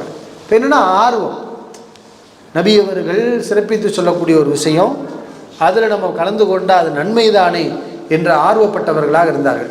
ஆனால் நபி அவர்கள் இல்லை, நீங்கள் முதலாவது செல்லக்கூடிய அந்த சாராருடன் நீங்கள் செல்வீர்கள் என்று நபி அவர்கள் சொல்கிறாங்க. நபிகள் நாயகம் ஸல்லல்லாஹு அலைஹி வஸல்லம் சொன்ன மாதிரியே அது நடந்தது. உம்மு ஹராம் ரலியல்லாஹு அன்ஹா நபி அவர்களுக்கு பிறகு முஆவியா ரலியல்லாஹு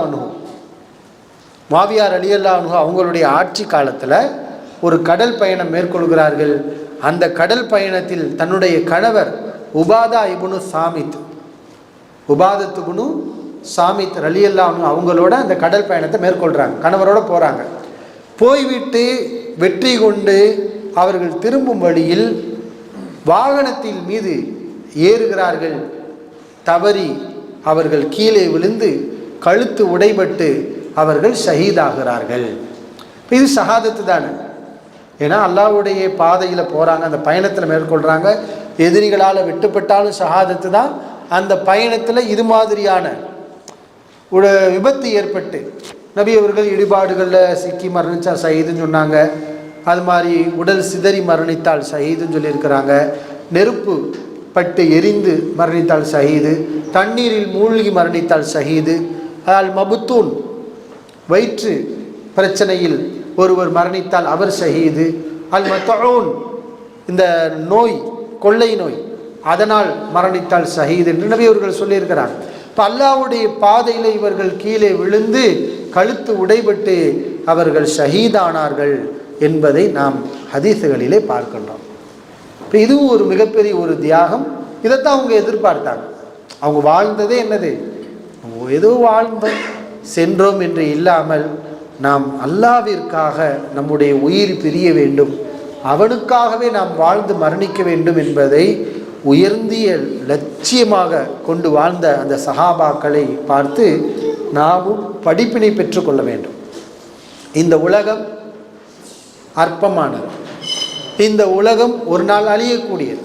இந்த உலகத்தை மட்டும் நம்பியவர்கள் உலகத்திலே ஏராளம் இருக்கின்றார்கள். அவர்களுக்கு பேர் முஸ்லிம்கள் அல்ல. ஆனால் நாம் முஸ்லிம்கள். இந்த உலகம் மட்டமானது, அழியக்கூடியது. இதற்கு பிறகு உன்னதமான வாழ்க்கை இருக்கிறது. அந்த வாழ்க்கைக்காக நாம் பயணிக்க வேண்டும். அந்த வாழ்க்கையை லட்சியமாக கொண்டு மனதிலே ஆழ பதிய வைத்து வீர தீரமிக்க செயல்களை நாம் செய்ய வேண்டும் என்பதை இந்த பெண்கள் ஆண் சஹாபாக்களிடமும் இருக்கின்றது. இந்த பெண் சஹாபாக்களிடத்தில் இருந்த சஹாபிய பெண்களிடத்தில் இருந்த அந்த உணர்வு நம்மிடத்திலையும் வர வேண்டும். இன்ஷா அல்லாஹ், இன்ஷா அல்லாஹ் முயற்சிக்கலாமா? இன்ஷா அல்லாஹ். இப்போ அடுத்த சஹாபிய பெண்மணி யார் என்றால் உம்மு வரக்கா ரலியல்லாஹு அன்ஹா. உம்மு வரக்கா ரலியல்லாஹு அன்ஹா ஒரு வயது மூத்த ஒரு சஹாபிய பெண்மணி. இவர்களை நபிகள் நாயகம் ஸல்லல்லாஹு அலைஹி அவர்கள் ஒவ்வொரு வெள்ளிக்கிழமையும் சென்று பார்த்து வருவார்கள். அப்படி ஒரு தடவை அவர்களை பார்க்கும்போது, ஆனால் அவங்க வீட்டிலேயே ஒரு முஅத்தினை ஏற்படுத்தி வீட்டிலேயே அவர்கள் தொழுதார்கள் என்ற ஒரு தகவலும் இருக்கின்றது. இப்போ நபிகள் நாயகம் ஸல்லல்லாஹு அலைஹி அவங்கள்ட்ட உம்மு வரக்கா ரலியல்லாஹு அன்ஹா கேட்குறாங்க, அல்லாஹ்வின் தூதர் அவர்களே, பத்ர் போர் நடக்கும்போது உம்மு வரக்கா ரலியல்லாஹு அன்ஹா நபி அவர்கள்ட்ட கேட்குறாங்க, அல்லாஹ்வின் தூதர் அவர்களே, உங்களோட நானும் புறப்பட்டு வருகிறேன், வந்து உங்களுடைய நோயாளிகளுக்கு நான் மருத்துவம் பார்க்கிறேன், உங்களில் காயம்பட்டவர்களுக்கு நான் மருத்துவம் செய்கின்றேன். அல்லாஹ் நாடினால் இந்த போர்க்களத்திலே எனக்கு அவன் ஷஹாதத்தை வழங்கலாம் அல்லவா? அதாவது ஷஹாதத் என்பது ஆசைப்படணும். அந்த மக்கள் எப்படி இருந்திருக்கிறாங்க, எனக்கு ஷஹாதத்து கிடைக்கணும். ஷஹாதத்துனா என்ன? மரணம். ஷஹாதத் என்பது என்னது? மரணம்.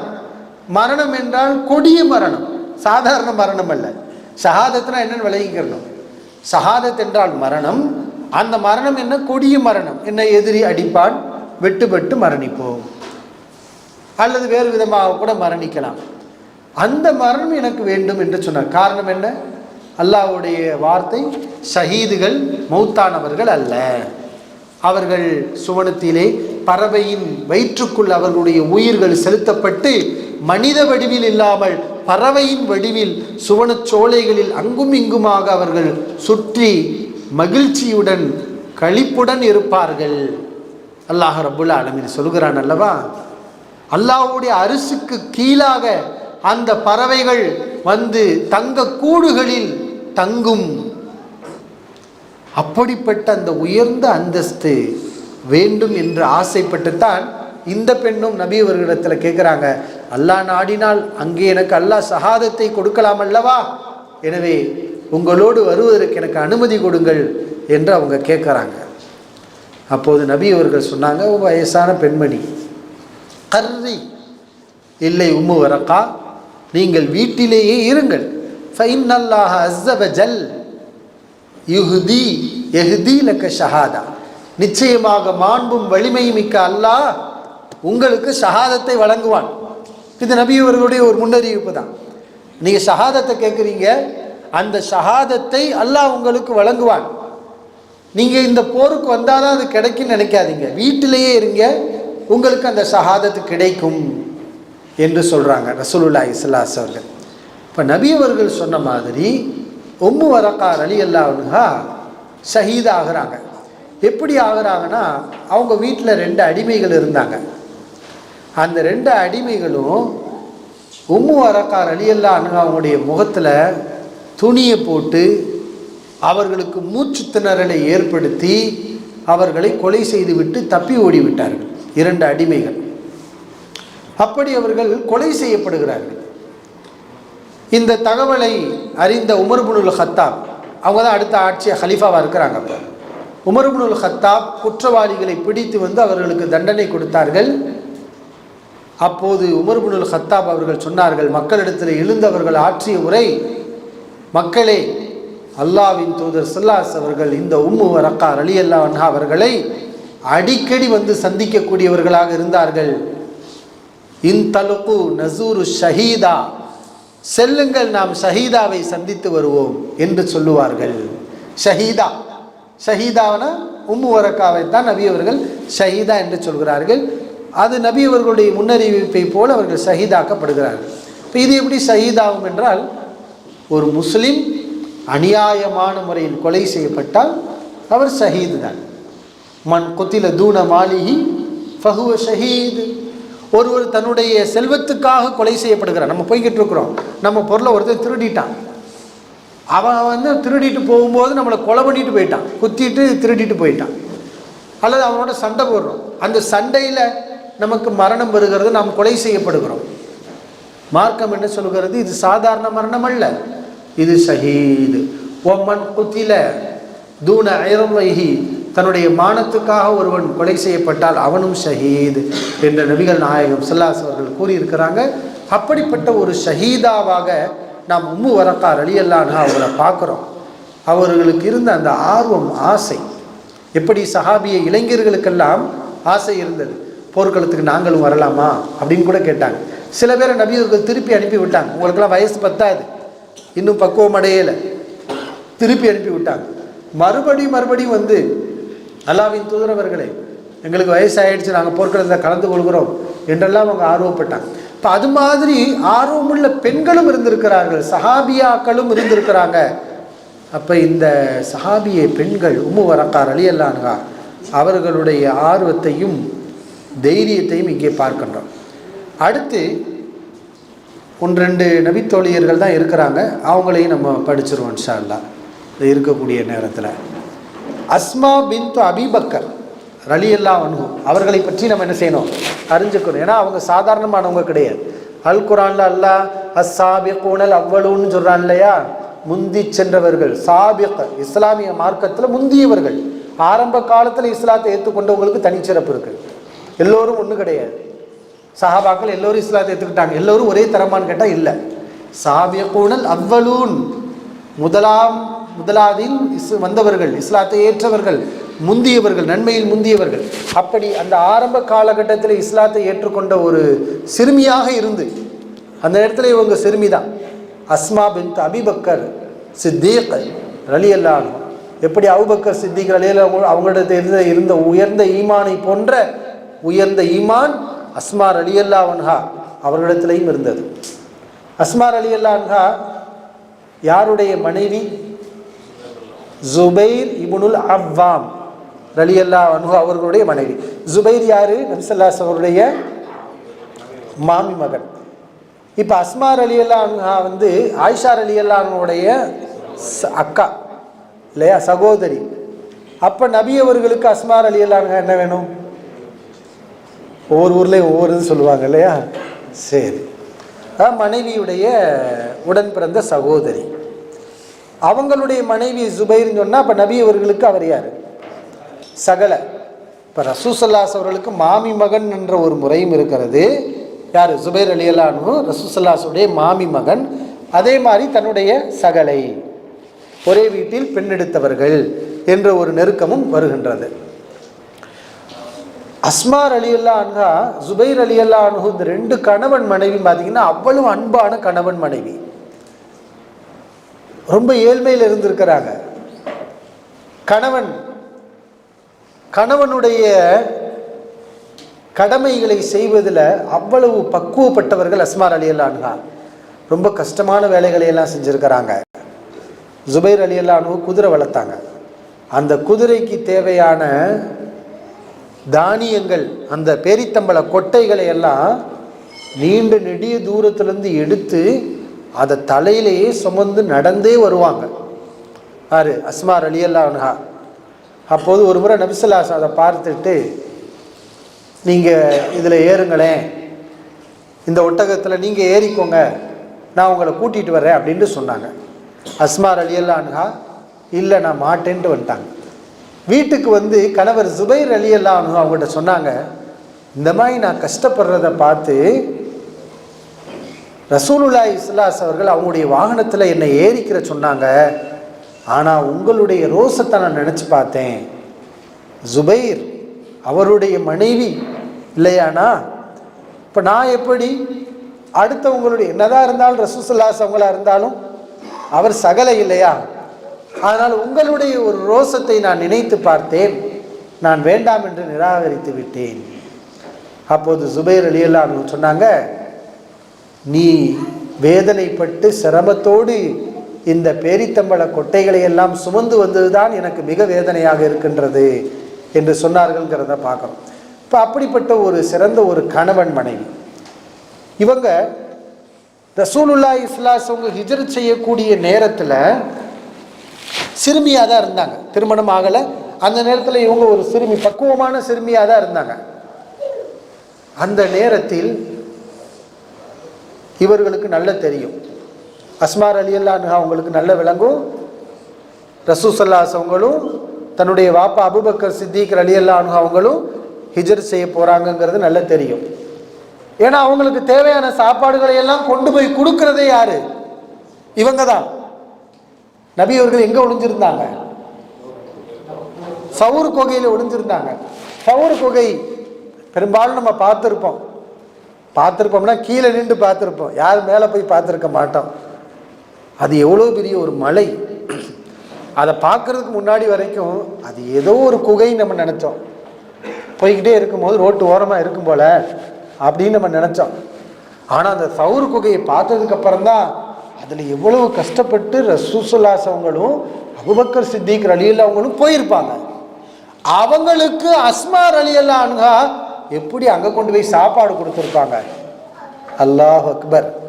இன்னைக்கு போகக்கூடியவங்களுக்கு அரபுகள் போர்டு வைக்கிறாங்க, என்ன இந்த சவுர் குகைக்கெல்லாம் யாரும் தயவு செஞ்சு வராதிங்க, ஏன்னா நிறைய பேர் வந்து கீழே தடுமாறி விழுந்து மௌத்தா போயிடுறாங்க.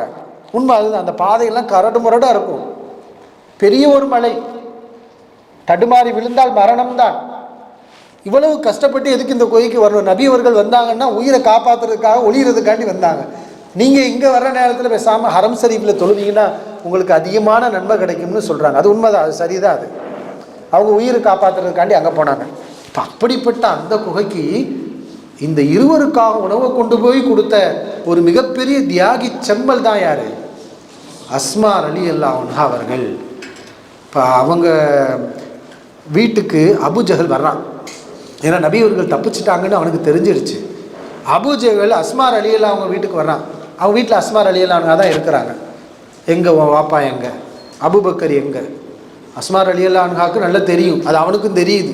அதனால தான் கேட்குறான், எங்கே அபூபக்கர் சித்திக் எங்கே? அஸ்மார் ரலியல்லாஹு எனக்கு அதை பற்றி ஒன்றுமே தெரியாது அப்படின்னு சொல்கிறாங்க. தெரியும், ஆனால் அதை மறைக்கிறார்கள், மறைக்க வேண்டிய கட்டாயம். அதை பற்றி எனக்கு ஒன்றுமே தெரியாது. வந்தவன் கோபத்தில் அஸ்மார் ரலியல்லாஹுடைய கன்னத்தில் ஓங்கி அறைகிறான். அதிலே அவர்கள் அணிந்திருந்த தோடு விலகி அது வெளியே பறந்து போய் விழுந்து, அந்த அளவுக்கு அவன் ஓங்கி பலமாக அடிச்சிருக்கிறான். அஸ்மார் ரலியல்லாஹு அதை தாங்கி கொண்டாங்க. இப்படித்தான் அந்த அதாவது இள வயதில் எப்படிப்பட்ட ஒரு பக்குவம் பாருங்களேன். அதாவது இளவயது பெண் சிறுமியாக இருக்கிறாங்க, ஆனால் அந்த ஈமானும் எவ்வளோ பெரிய பக்குவம், உறுதி, மன உறுதி. அவனுடைய அடிக்கு பயப்படலை, அவனுடைய உருட்டலுக்கும் மிரட்டலுக்கும் அவங்க அசரவில்லை. தன்னுடைய லட்சியத்தில் அவங்க உறுதியாக இருந்தாங்க. எப்படிப்பட்ட பிள்ளைகளை பெற்றெடுத்து வளர்த்திருக்கிறார் அபூபக்கர் சித்திக் ரலியல்லாஹு அன்ஹு அவர்கள். நபி அவர்கள் பயணம் போகும்போது கூட அவங்களுக்கு தேவையான உணவுகளை கட்டி கொடுத்தவர்கள் யார்? அஸ்மார் ரலியல்லாஹு அன்ஹா. அவங்களுக்கு அந்த உணவுகளை கட்டுறதுக்கு கயிறு இல்லை. அந்த நேரத்தில் அஸ்மார் ரலியல்லாஹு அன்ஹா என்ன செய்கிறாங்க, கயிறு ஏதாவது ஒன்று வேணுமேன்னு சொல்லி தன்னுடைய ஆடையின் ஒரு பகுதியை கிழிச்சது இரண்டாக கிழித்து அதை அந்த உணவுக்குரிய கயராக கட்டி காரியத்தை கச்சிதமாக முடித்தார்கள். அந்த நேரத்தில் தான் நபி அவர்கள் அஸ்மார் ரலியல்லாஹு அன்ஹாவல தாத்து நித்தாகைனி, இரண்டு கட்சிகளை உடையவர், இரண்டு கயிறுகளை உடையவர் என்ற ஒரு பெயரை சூட்டினார்கள் என்பதை நம்ம பார்க்குறோம். இப்படி அஸ்மார் ரலியல்லாஹு அன்ஹா அவர்களுடைய பங்களிப்பை நாம் நிறைவாக சொல்லலாம். அல்ஹம்துலில்லாஹ், அதிகமான பங்களிப்பு. இன்னும் சொல்லப்போனால் ஹிஜ்ரத் செய்து வந்தவுடன் இஸ்லாத்தில் பிறந்த முதல் குழந்தையை பெற்றெடுத்தவர்கள் இவர்கள். இவர் ஹிஜ்ரத் பண்ணும்போதே கர்ப்பிணியாக தான் ஹிஜ்ரத் பண்ணாங்க. மதீனாவுக்கு போனாங்களே வயிற்றில் குழந்தையோடு தான் ஹிஜ்ரத் பண்ணி போனாங்க. முஸ்லிம்களுக்கு எதிராக எதிரிகள் பரப்பிவிட்ட ஒரு மூட நம்பிக்கையை தகர்த்தெறிந்தவர்கள். அந்த ஹிஜ்ரத்தில் அவர்களுக்கு அப்துல்லா என்ற குழந்தை பிறக்கின்றது. அது வரைக்கும் யூதர்கள் என்ன சொல்லிக்கிட்டு இருந்தாங்கன்னா, முஸ்லீம்களுக்கு எந்த குழந்தையும் பிறக்காது அப்படின்னு சொல்லிக்கிட்டு இருந்தாங்க. அஸ்மாவிற்கு குழந்தை பிறக்காதுன்னு சொல்லிகிட்டு இருந்தாங்க. அல்லாஹ் ரப்புல் ஆலமீன் அதை பொய்யாக்கி இந்த ஹிஜ்ரத் பயணத்திலேயே அவர்களுக்கு அல்லாஹ் அந்த குழந்தை பாக்கியத்தையும் கொடுத்தான். கர்ப்பிணியாக இருந்து ஹிஜ்ரத் பண்ணுறது எப்படி? ஹிஜ்ரத் என்ன ஃப்ளைட்டில் ஏறி இறங்குற விஷயமா? இந்த ஒட்டகத்தில் ஏறி நடந்து இப்படி தான் சிரமப்பட்டு அவங்க வந்திருப்பாங்க. உயிரை கையில் பிடிச்சிக்கிட்டு இந்த எதிரிகள்டிருந்து தப்பித்து. அப்போ ஒரு கர்ப்பிணியாக இருந்து அவங்க வரும்போது அது எவ்வளோ சிரமம். அதை நம்ம அந்த இடத்துக்கு போனாதான் அந்த வேதனைகளையும் அந்த வழியையும் முழுமையாக உணர முடியும். அல்லாஹ் அவங்களுக்கு அருள் புரியட்டும். இப்படிப்பட்ட ஒரு தியாக பெண்களை நம்ம வரலாற்றுகளில் நிறையவே பார்க்க முடியும். இன்னும் இரண்டு பெண்கள் சுருக்கமாக நான் சொல்லிவிடுகிறேன். அதாவது உம்மு சுஹதா, ஷஹீதுகளுடைய தாய் என்று ஒரு சஹாபிய பெண்மணி வரலாற்றிலே புகழப்படுகிறார். அவர்கள் யார் என்றால் அல் அஃப்ரா பின்து உபைத் அஃப்ரா ரலியல்லாஹு அன்ஹா. அஃப்ரா இவங்க ஒரு அன்சாரி பெண்மணி. அஃப்ரா என்ற பெயரை கேட்டால் நமக்கு ரெண்டு பேர் ஞாபகம் வரும். முஆத் இப்னு அஃப்ரா, முஅவ்வித் இப்னு அஃப்ரா. யார் இந்த முஆத் முஅவ்வித்? அஃப்ராவுடைய மகன்கள். முஆத் அஃப்ராவுடைய மகன், முஅவ்வித் அவரும் அஃப்ராவுடைய மகன். இந்த ரெண்டு பேர் யார் தெரியுமா? அபூஜஹலை உஹது போற பத்ர் போரில் கொலை செய்த வீரர்கள், சிறுவர்கள். இந்த ரெண்டு பேர் யாருன்னா சிறுவர்கள். பத்ர் போர்க்கல்ல அவ்வளவு பெரிய இந்த அபூஜஹலை கொலை செய்து வீழ்த்தியவர்கள். அந்த போர்க்களத்தில் கூட இந்த ரெண்டு பேரும் சஹாபாக்களுக்கு பக்கத்தில் நின்றாங்க. பக்கத்திலேயே அந்த பெரிய சஹாபாக்கள்கிட்ட இந்த ரெண்டு பேரும் விசாரிச்சுக்கிட்டே இருந்தாங்களாம். இதில் அபூஜஹல் யார்? அந்த பெரிய இந்த ரெண்டு பேரும் பக்கத்தில் இருந்த அந்த சஹாபிக்கு கொஞ்சம் அவமானம் வேற. அவமானம்னா என்ன? நம்ம ஒரு பெரிய ஆளாக இருக்கு, நமக்கு பக்கத்தில் இந்த சின்ன பிள்ளைங்க நிற்கிறாங்களே அப்படின்னு சொல்லி அந்த ஹதீஸை சொல்லக்கூடிய சஹாபியை அப்படி தான் ஆரம்பிக்கிறாங்க அந்த சம்பவத்தை. இப்போ இவங்க கேட்டுக்கிட்டே இருந்தாங்க, அபூஜஹல் யார்? அதை எதுக்குப்பா நீங்கள் கேட்குறீங்க? அவன் அல்லாஹ்வுடைய தூதர் ரசூலுல்லாஹி ஸல்லல்லாஹு அலைஹி அவர்களை ஏசி இருக்கிறான். அவனை நாங்கள் கண்டால் ஒன்று எங்கள் கதை முடியணும் அல்லது அவன் கதை முடியணும். இப்படிப்பட்டு பேசிய வீரர்கள். அதே மாதிரி அபூஜஹல் கடந்து செல்லும் போது காட்டுகிறார்கள், இவன் தான் அபூஜஹல் என்று சொன்னவுடன் இந்த 2 சிறார்களும் வாளை ஏந்தி கொண்டு சென்று அபூஜஹலை வீழ்த்தினார்கள். அபூஜஹல் இப்படித்தான் கொலை செய்யப்பட்டான். இந்த 2 சிறுவர்கள், அந்த 2 சிறுவர்களை பெற்றெடுத்த அந்த தாய் தான் யார்? அஃப்ரா ரலியல்லாஹு அன்ஹா. அந்த மகன்களுக்கு எப்படிப்பட்ட வீரத்தை இவர்கள் ஊட்டி இருப்பார்கள். இவர்களே சுஹதாவுடைய தாய், சுஹதாக்களுடைய ஷஹீதுகளுடைய தாய் என்று சொல்லப்படுகிறது. என்றால் இவர்களுக்கு மொத்தம் 7 குழந்தை, 7 குழந்தைகளும் ஷஹீதானது. இந்த 2 பேரும் ஷஹீதானார்கள். 7 குழந்தைகளும் அதற்கு பிறகு நடந்த போர்க்களங்களிலும் அவர்கள் ஷஹீதானார்கள். எனவேதான் ஷஹீதுகளை பெற்றெடுத்த தாய் என்ற ஒரு சிறப்பு அஃப்ரா ரலியல்லாஹு அன்ஹா அவர்களுக்கு சொல்லப்படுகின்றது. அல்லாஹ் அவர்களுக்கு அருள் புரியட்டும். இறுதியாக நாம் பார்க்கக்கூடிய தலை சிறந்த ஒரு சஹாபிய பெண்மணி தியாக செம்மல் ஆத்திகா பின்த் ஜெயித், ஜெயிதுடைய மகள் ஆத்திகா ரலியல்லாஹு அன்ஹா. இவர்கள் ஒரு குறைஷி. இவர்களுடைய தியாகம் என்னன்னா, அல்லாஹ் இவர்களுக்கு எப்படிப்பட்ட ஒரு சிறப்பை வழங்குகிறான் என்று பாருங்கள். ஆனால் உலகத்தில் என்ன செய்வாங்கன்னா, இதை ஒரு குறையாக பேசுவாங்க. இவர்களுக்கு ஒன்றுக்கு பின்னால் ஒன்று, அதாவது ஒரு கணவர் ஷஹீதான பிறகு இன்னொரு கணவர் என்று மொத்தம் 4 கணவர்கள், 4 கணவர்களும் ஷஹீதானார்கள். இந்த மாதிரி ஒரு பெண்ணு உலகத்தில் இருந்தால் இந்த உலகம் எப்படி பார்க்கும்? தயவு செஞ்சு இந்த பெண்ணை மட்டும் யாரும் கல்யாணம் முடிச்சிடாதீங்க, அவ்வளவுதான்.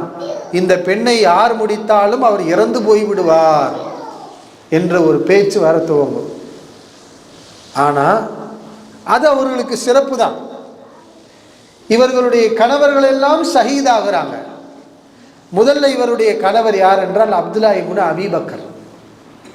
அப்துல்லா இப்னு அபீ பக்கர், அபூபக்கர் ரலியல்லாஹு அவருடைய மகன் அப்துல்லா. அவங்க முதல் ஷஹீதாகிறாங்க, இவங்களுடைய கணவராக இருக்காங்க. அதற்கு பிறகு அவர்கள் ஸைத் இப்னுல் ஹத்தாப் ரலியல்லாஹு அன்ஹு அவங்கள மனம் முடிக்கிறாங்க. அதாவது ஹத்தாபுடைய மகன் ஸைத்னா உமர் ரலியல்லாஹு அவருடைய சகோதரன் ஸைதுங்கிறவரை மனம் முடிக்கிறார். அவரும் ஷஹீதாகிறார். அதற்கு பிறகு உமர் இப்னுல் ஹத்தாப், அதாவது தன்னுடைய சகோதரனுடைய மனைவி, சகோதரன் மரணித்த பிறகு யார் மனம் முடிச்சுக்கிறார்? உமர் ரலியல்லாஹு அன்ஹு அவங்க மனம் முடித்துக் கொள்கிறார்கள். உமர் ரலியல்லாஹு அன்ஹு அவங்களும் ஷஹீதாகிறாங்க. எப்போ? இந்த அவங்களுடைய கடைசி காலத்தில் இந்த இருக்கு இல்லையா, தொலை போகும்போது அபு லுஆங்கிற ஒரு மஜூசி கூர்வாளால் 2 கூர்முனை கொண்ட கூர்வாளால் குத்தி கொலை செய்வான். அப்படி ஷஹீதாகிறாங்க. அதற்கு பிறகு அவர்களை ஜுபைர் இப்னுல் அவ்வாம், நம்ம ஏற்கனவே பார்த்தோம் இல்லையா, ஜுபைர் ரலியல்லாஹு அன்ஹு அவர்கள் மனம் முடிக்கிறார்கள். ஆத்திகா ரலியல்லாஹு அன்ஹா அவர்களை ஜுபைர் ரலியல்லாஹு அன்ஹு அவர்களும் ஷஹீதாகிறார்கள். இப்போ ஒரு பெண்ணுடைய மனநிலை எப்படி இருக்கும்? ஒரு கணவனோடு வாழ்கிறார்கள், அந்த கணவனுடன் அன்பாக இருக்கிறார்கள். அந்த கணவன் திடீரென்று ஷஹீதாகிறார். இன்னொரு கணவன் அதற்கு பிறகு அமைகிறார், அவருடன் அன்பாக இருக்கிறார்கள், அவரும் ஷஹீதாகிறார்.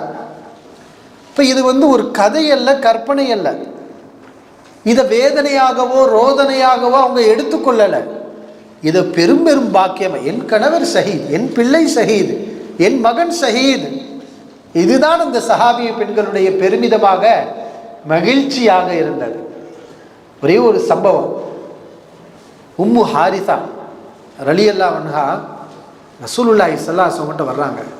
அல்லாஹ்வின் தூதர் அவர்களே, என் மகன் ஹாரிசா பத்ரிலே கொலை செய்யப்பட்டு விட்டார், ஷஹீதாக்கப்பட்டு விட்டார். அவருடைய நிலை என்ன? அவருக்கு சொர்க்கம் இருக்கும் என்றால் நிச்சயமாக நான் இதை பொறுத்துக் கொள்கிறேன், எனக்கு சொல்லுங்கள். நபி அவர்கள் சொன்னார்கள், யா உம்ம ஹாரிசா ஹாரிசாவுடைய தாயே, இன்னஹா ஜினானுன் ஃபில் ஜின்னா, இன்னஹா ஜினானுன் ஃபில் ஜன்னா, சொர்க்கத்திலே பல சொர்க்கங்கள் இருக்கிறது, பல ரகங்கள் இருக்கிறது. முதல் ரகம், இரண்டாவது ரகம் என்று பல ரகங்கள், வகைகள் இருக்கின்றது, தரங்கள் இருக்கிறது. வ இன்ன இப்னகி அஸாபல் ஃபிர்தௌஸல் அலா, உன்னுடைய மகன் சொர்க்கத்திலே உயர்ந்த சொர்க்கமான ஜன்னத்துல் ஃபிர்தௌஸை பெற்றிருக்கிறார் என்று சொன்ன பிறகுதான் அந்த தாய் அமைதியாக சென்றார். இப்போ அதற்கு பிறகு அவங்களிடத்தில் ஒரு அதிருப்தியோ எந்த விதமான ஒரு வார்த்தை எதுவுமே இல்லை. ஏன்? என் மகன் இலக்கை அடைந்து விட்டான், அவ்வளவுதான், அவன் சொர்க்கவாசி ஆகிவிட்டான். இப்போ இதுதான் சஹாபிய பெண்களுடைய இலட்சியமாகவும் இலக்காகவும் இருந்தது. அல்லாஹ் அவர்கள் அனைவருக்கும் அருள் புரியட்டும். அவர்களை போன்ற ஒரு வீரத்தையும் தியாக மனப்பான்மையும் நமக்கும் நம்முடைய பிள்ளைகளுக்கும், குறிப்பாக நம்முடைய பிள்ளைகளுக்கு நாம் ஒரு முடிவு எடுக்கணும். இந்த மாநாட்டுடைய ஒரு மறுமலர்ச்சியாக நம்முடைய பிள்ளைகளுக்கு இந்த சஹாபிய பெண்களை பற்றி, சஹாபாக்களை பற்றிய தகவல்களை எல்லாம் கொண்டு சேர்க்கணும். ஏன்னா இது ஈமான். இந்த சஹாபி இப்படி வாழ்ந்தார், இந்த சஹாபி இதை செய்தார், பைருஹா சொன்னவுடன் அபு தல்ஹா நம்முடைய ஞாபகத்துக்கு வரணும். இப்படி நம்முடைய பிள்ளைகளுக்கு இதன் மூலமாக ஈமானிய கல்வியை நாம் போதிப்போமாக. வாஹிரு தாவானா அல்ஹம்துலில்லாஹி ரப்பில் ஆலமீன். அஸ்ஸலாமு அலைக்கும் வரஹ்மத்துல்லாஹி வபரகாத்துஹு.